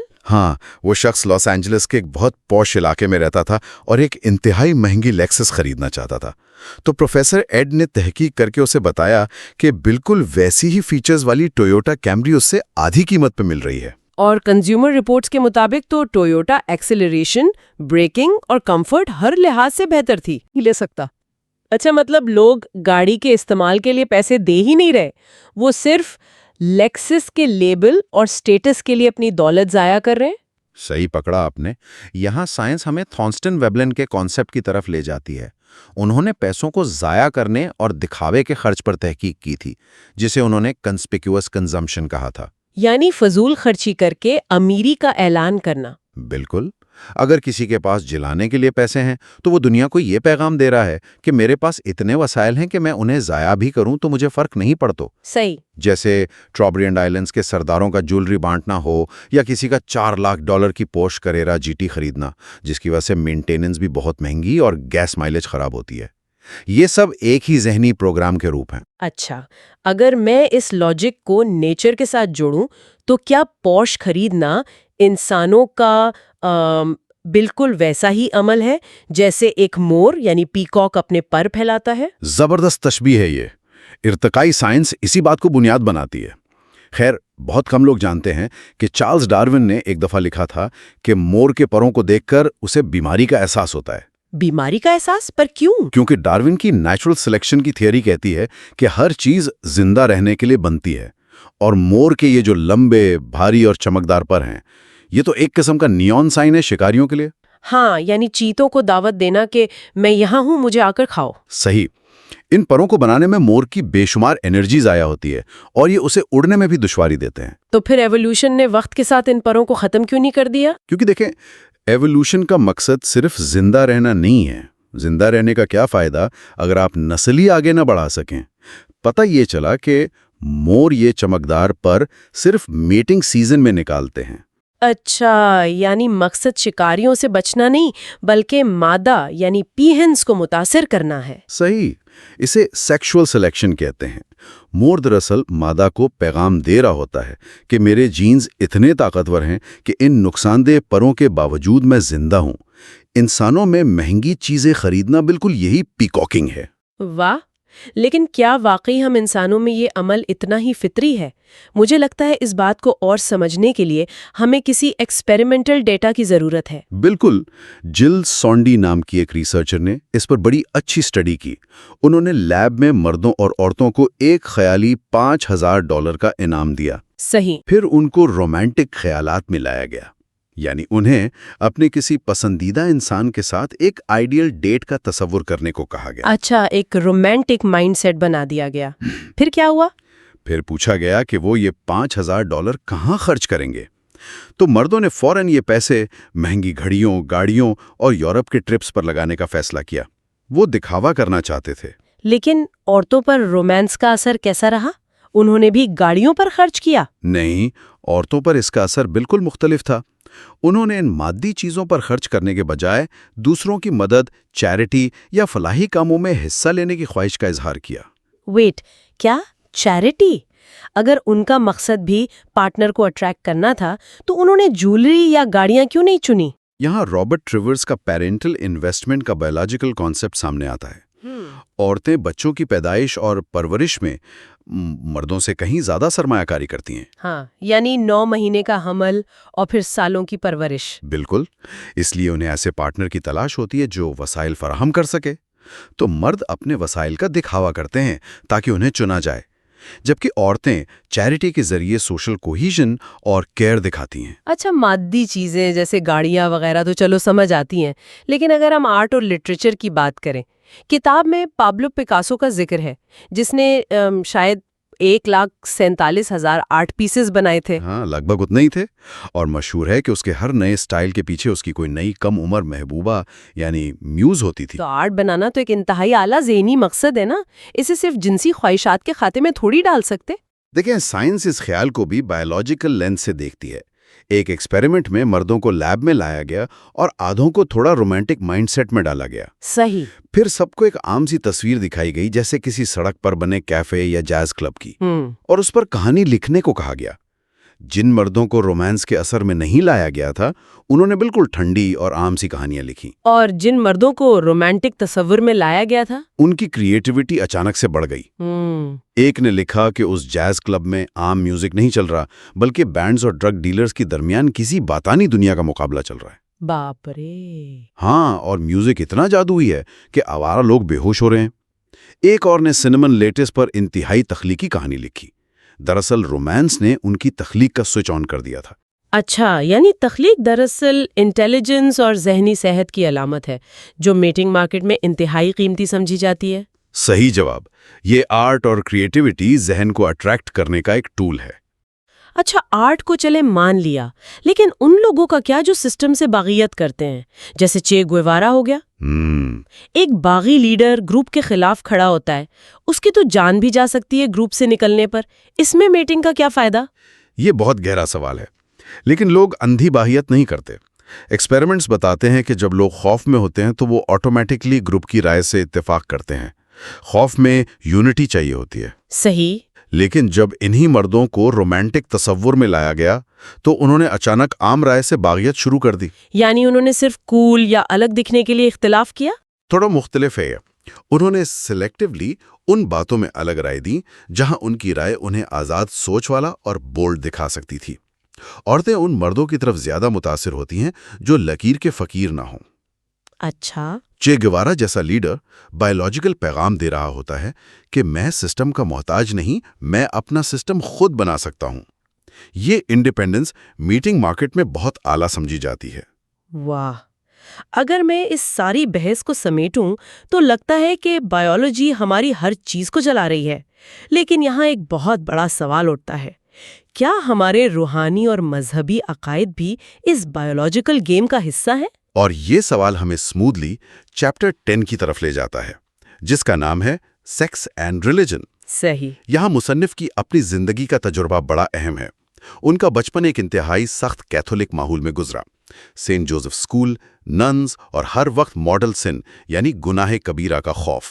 اچھا، جہاں سکھایا جاتا ہے کہ گناہ کیا تو نرک یعنی جہنم میں جلوگے۔ بالکل۔ لیکن جب وہ 18 سال کے ہوئے تو انہوں نے اچانک چرچ جانا چھوڑ دیا۔ تو کیا انہیں کسی فلسافیانہ تحقیق نے مذہب سے دور کیا تھا؟ بظاہر انہوں نے یہی بہانہ بنایا کہ انہوں نے ایک پادری کو ویتنام وار کی حمایت کرتے سنا تھا جو چرچ کی منافقت تھی، لیکن سالوں بعد انہوں نے اصل وجہ بتائی۔ اور وہ کیا تھی؟ اصل وجہ یہ تھی کہ 18 سال کی عمر میں انہیں پری میرٹل سیکس یعنی شادی سے پہلے جنسی تعلقات کی شدید خواہش تھی، لیکن چرچ کے اصولوں کے مطابق یہ مارٹل سن تھا، تو وہ اس گناہ کے احساس سے آزاد ہونا چاہتے تھے۔ ایک منٹ، یہاں میں سننے والوں کے لیے ایک بات بالکل واضح کر دوں کہ اس جائزے میں جب ہم مذہبی گروپس یا لبرل گروپس کی بات کر رہے ہیں، ہاں، یہ ڈسکلیمر بہت ضروری ہے یہاں۔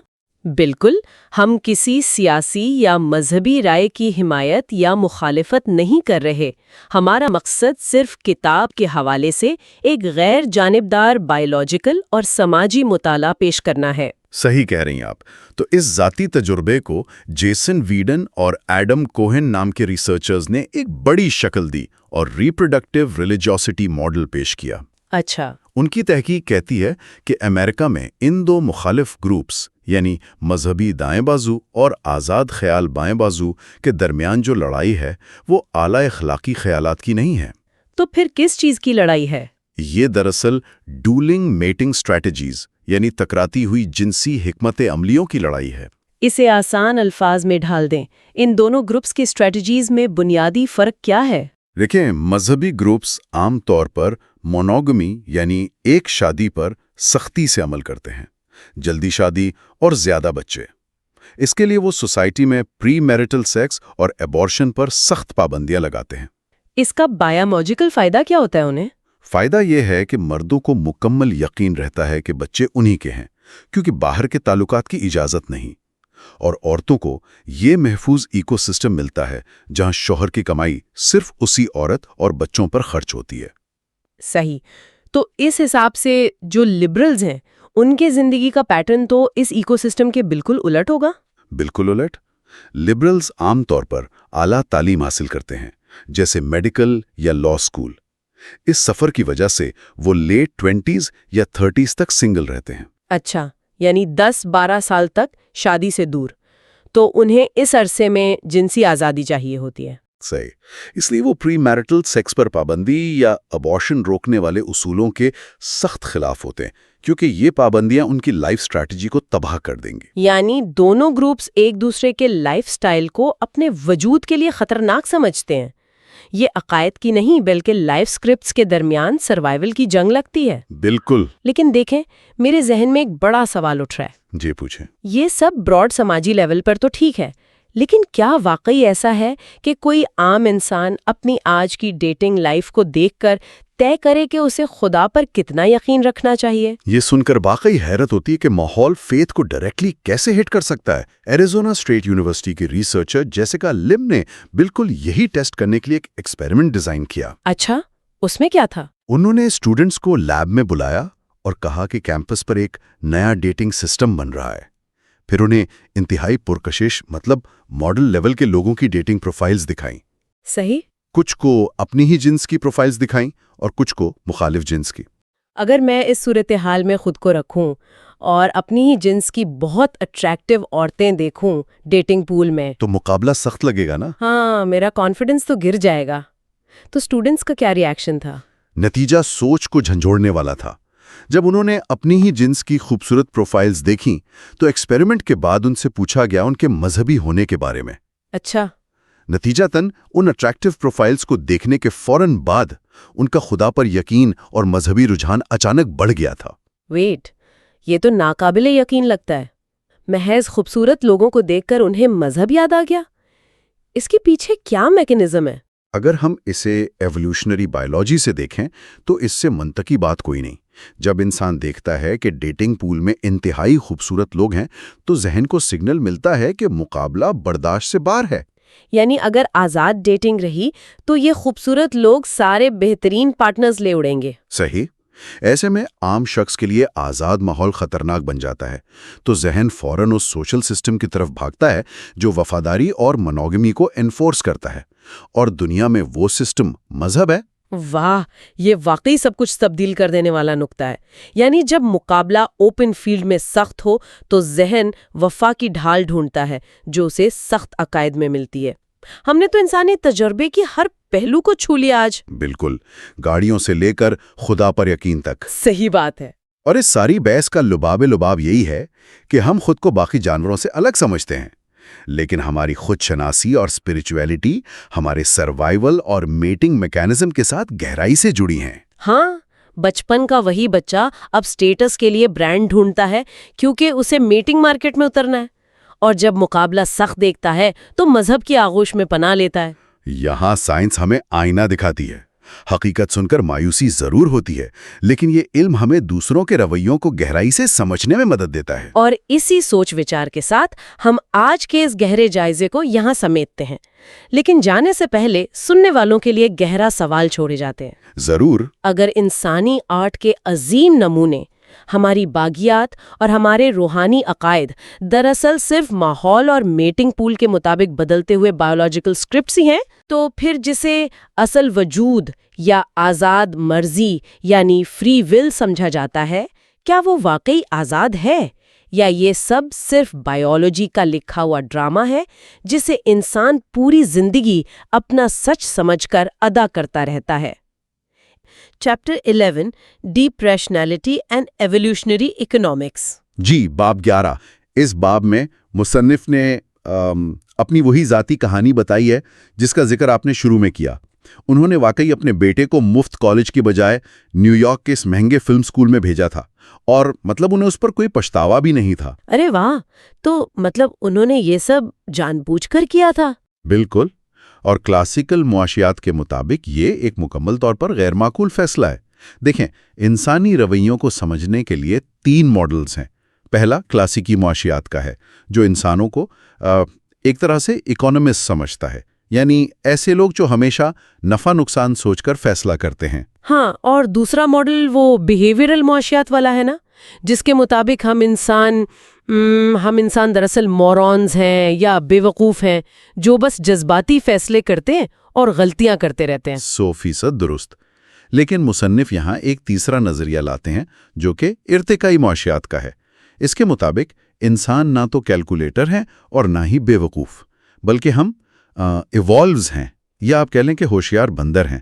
ہمارے فیصلے ہماری نسل کو آگے بڑھانے کے لیے ارتقائی لحاظ سے بالکل معقول ہوتے ہیں۔ تو اس کا مطلب ہے جو فیصلہ بینک بیلنس کے لیے تباہ کن ہے، وہ ہمارے جینز کے لیے بہترین سرمایہ کاری ہو سکتی ہے۔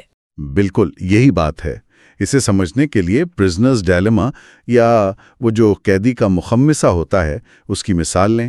معاشیات میں کہا جاتا ہے کہ 2 قیدی ہمیشہ ایک دوسرے کو دھوکہ دیں گے تاکہ خود بچ سکیں، لیکن یہ نظریہ اس وقت بالکل ختم ہو جاتا ہے جب دوسرا قیدی آپ کا اپنا سگا بھائی یا بیٹا ہو۔ ہاں، کیونکہ وہاں تو ارتقائی نقطہ نظر آ جاتا ہے نا، مطلب رشتہ داروں میں تو جینز مشترک ہوتے ہیں۔ جی ہاں، بالکل۔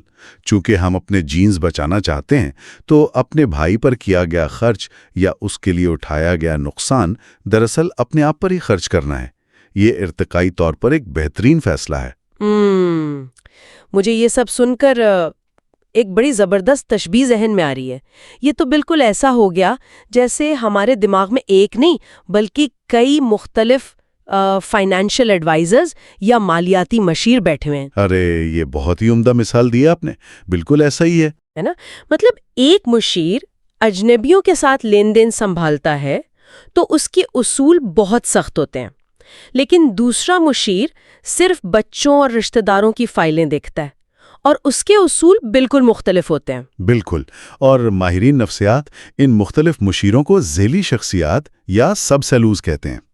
ہمارے دماغ میں حالات کے حساب سے مختلف ذیلی شخصیات متحرک ہوتی ہیں۔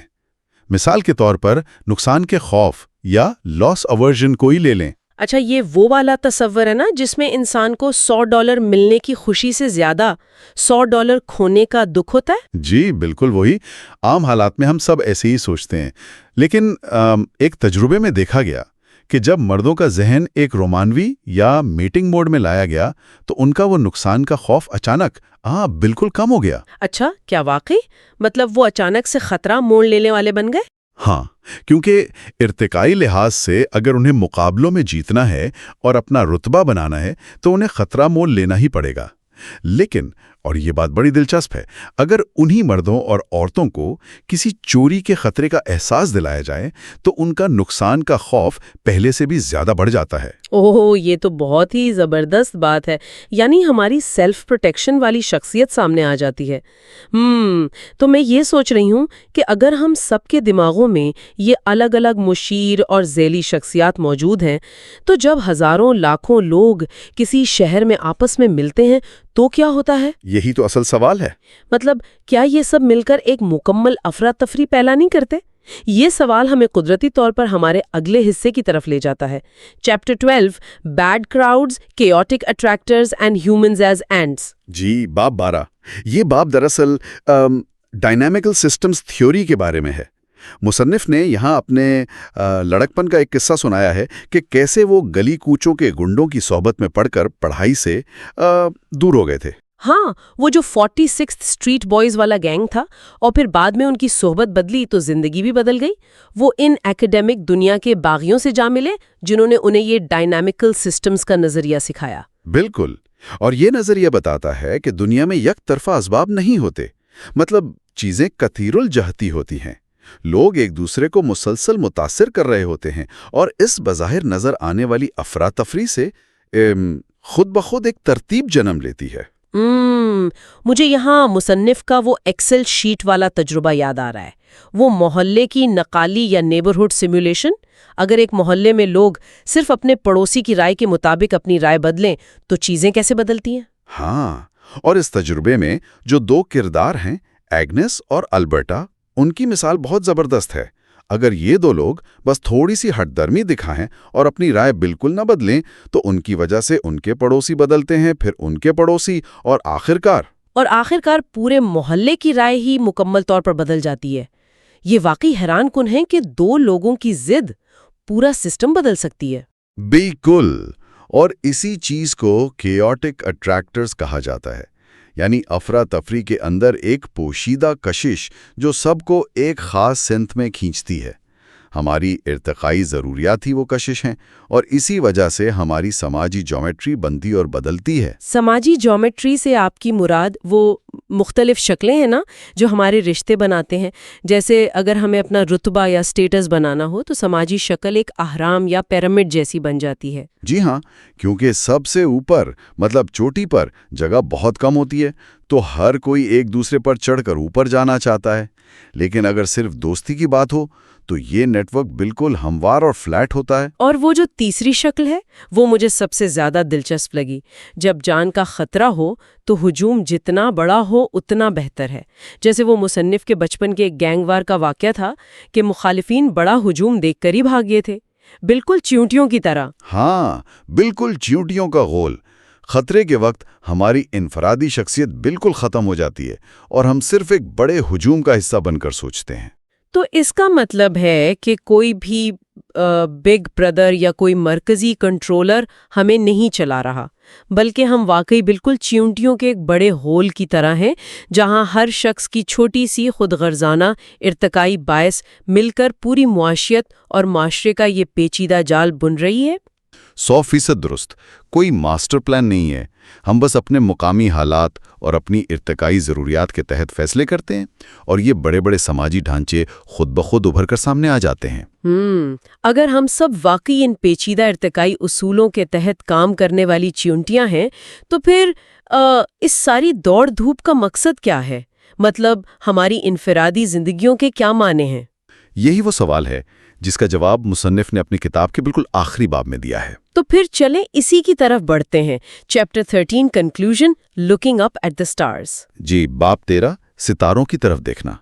اب مصنف زندگی کی ایک طویل جدوجہد کے بعد ایک پرسکون پروفیسر کی زندگی گزار رہے ہیں اور زندگی کے معنی پر غور کر رہے ہیں، اور وہ بتاتے ہیں کہ زندگی کے معنی کے دراصل 2 پہلو ہیں۔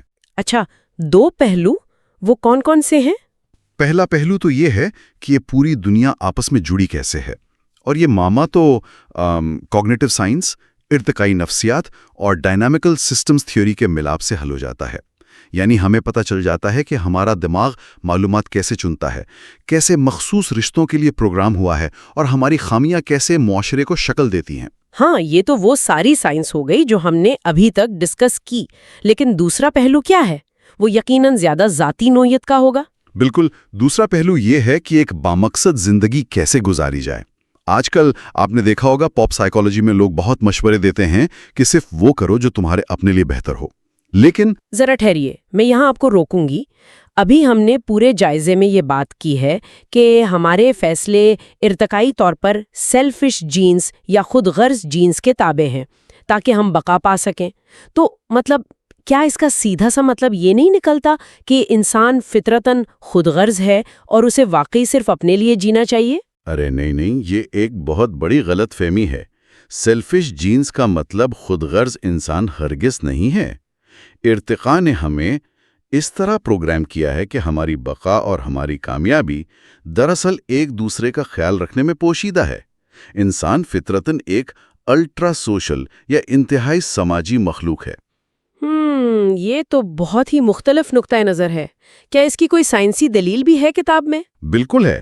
مصنف نے ایک بہت ہی مشہور تحقیق کا حوالہ دیا ہے جس میں لوگوں کو بونس کے پیسے دیے گئے۔ ایک گروپ سے کہا گیا کہ یہ پیسے صرف اپنے آپ پہ خرچ کریں اور دوسرے گروپ سے کہا گیا کہ انہیں دوسروں پر خرچ کریں۔ تو کیا نتیجہ نکلا؟ عام معاشیات تو یہی کہے گی کہ جس نے خود پر خرچ کیا وہ زیادہ خوش ہوگا۔ ظاہر ہے، لیکن نتیجہ بالکل الٹ تھا۔ جنہوں نے وہ پیسے اپنے بجائے دوسروں پر یعنی کسی کے لیے تحفہ لینے یا کسی ضرورت مند پر خرچ کیے، وہ ذہنی طور پر بہت زیادہ خوش پائے گئے۔ ارے واہ! تو اس کا مطلب ہے ہمارا دماغی انعام کا نظام یا ریوارڈ سسٹم اسی طرح بنا ہے کہ ہم دوسروں کا خیال رکھیں۔ جی، لہٰذا زندگی کا سب سے بہترین مشورہ یہ نہیں کہ وہ کرو جو تمہارے لیے ٹھیک ہے، بلکہ یہ ہے کہ وہ کرو جو ان کے لیے ٹھیک ہے جن سے تم پیار کرتے ہو۔ یہ بہت ہی خوبصورت بات ہے۔ مجھے کتاب کا وہ اختتامی منظر یاد آ رہا ہے جہاں مصنف اپنے بچوں اور پوتوں کے ساتھ سائیکل چلا رہے ہیں، اور وہ اس وقت یہ محسوس کرتے ہیں کہ اپنے پیاروں کی دیکھ بھال کرنا واقعی کوئی بوجھ نہیں ہے، بلکہ خوشی اور ارتقائی تکمیل کا اصل ذریعہ یہی ہے۔ بالکل، اور یہی اس ساری بحث کا نچوڑ بھی ہے۔ وہ جو لاکھوں ڈالر انہوں نے اپنے بیٹے پر خرچ کیے وہ ضائع نہیں ہوئے، بلکہ وہ ان کی ارتقائی سرمایہ کاری تھی۔ تو اگر ہم اس سارے تفصیلی جائزے کا خلاصہ کریں تو ہم کہہ سکتے ہیں کہ انسان دراصل بے وقوف نہیں بلکہ بہت ہی ہوشیار ارتقائی مخلوق ہے، مطلب کلیور ایبس ہیں۔ بالکل، اور ہمارے دماغ میں حالات کے مطابق فیصلے کرنے والے مختلف نظام موجود ہیں۔ ہاں، اور ہماری یہی چھوٹی چھوٹی ترجیحات مل کر ہمارے پورے سماجی ڈھانچے اور معاشیات کو تشکیل دیتی ہیں۔ اور سب سے اہم بات جو آج ہم نے سیکھی وہ یہ کہ ہماری اصل خوشی اپنے خاندان اور قریبی لوگوں کا خیال رکھنے میں ہی پوشیدہ ہے۔ جی، یہی ہمارا ارتقائی سچ ہے۔ لیکن اس مطالعے کے اختتام پر ہم سب کے لیے ایک نیا اور تھوڑا سا فکر انگیز سوال بھی تو پیدا ہوتا ہے۔ ہم نے دیکھا کہ ہمارا ارتقائی نظام ہمیں صرف اپنے قریبی رشتہ داروں اور اپنے قبیلے کی پرواہ کرنے پر سب سے زیادہ خوشی دیتا ہے۔ ہاں، یہ بات تو بالکل واضح ہو چکی ہے۔ تو پھر آج کے دور میں جہاں ہمیں ماحولیاتی تبدیلیوں اور عالمی وبائی امراض جیسے بڑے مسائل کا سامنا ہے، ہم اپنے اس قدیم دماغ کو کیسے دھوکہ دے سکتے ہیں؟ مطلب ہم اسے کیسے منا سکتے ہیں کہ وہ کروڑوں اجنبی انسانوں کی فلاح کو بھی اپنے قبیلے جتنا ہی اہم سمجھے؟ یہ واقعی اس وقت انسانیت کے سامنے سب سے بڑا سوال ہے، کیونکہ ہمارے جینز تو ہمیں صرف اپنوں تک محدود رکھنا چاہتے ہیں۔ اس رکاوٹ کو پار کرنا ہی ہمارا اگلا بڑا ارتقائی چیلنج ہے۔ بالکل، اور اسی گہرے اور سوچ بچار پر مجبور کرنے والے سوال کے ساتھ ہمارا آج کا یہ معلوماتی تفصیلی جائزہ اپنے اختتام کو پہنچتا ہے۔ امید ہے آج کی گفتگو نے آپ کے ذہن میں بھی کئی نئے دریچے کھولے ہوں گے۔ اچھا، تو دوستو، بس یہ تھی آج کی ویڈیو۔ یہاں پہ اب اس کا اختتام کرتے ہیں۔ اگر آپ کو یہ ویڈیو پسند آئی ہو تو لائک ضرور کریں، اپنے دوستوں کے ساتھ شیئر کریں، اور علم کا ساتھی کو سبسکرائب کرنا نہ بھولیں۔ تعلیم کا آپ کا ہم سفر۔ نئے ویڈیوز کے لیے بیل آئیکن بھی دبا دیں تاکہ کوئی بھی علم بھری بات آپ تک سب سے پہلے پہنچے۔ ملتے ہیں اگلے ویڈیو میں، تب تک کے لیے اللہ حافظ۔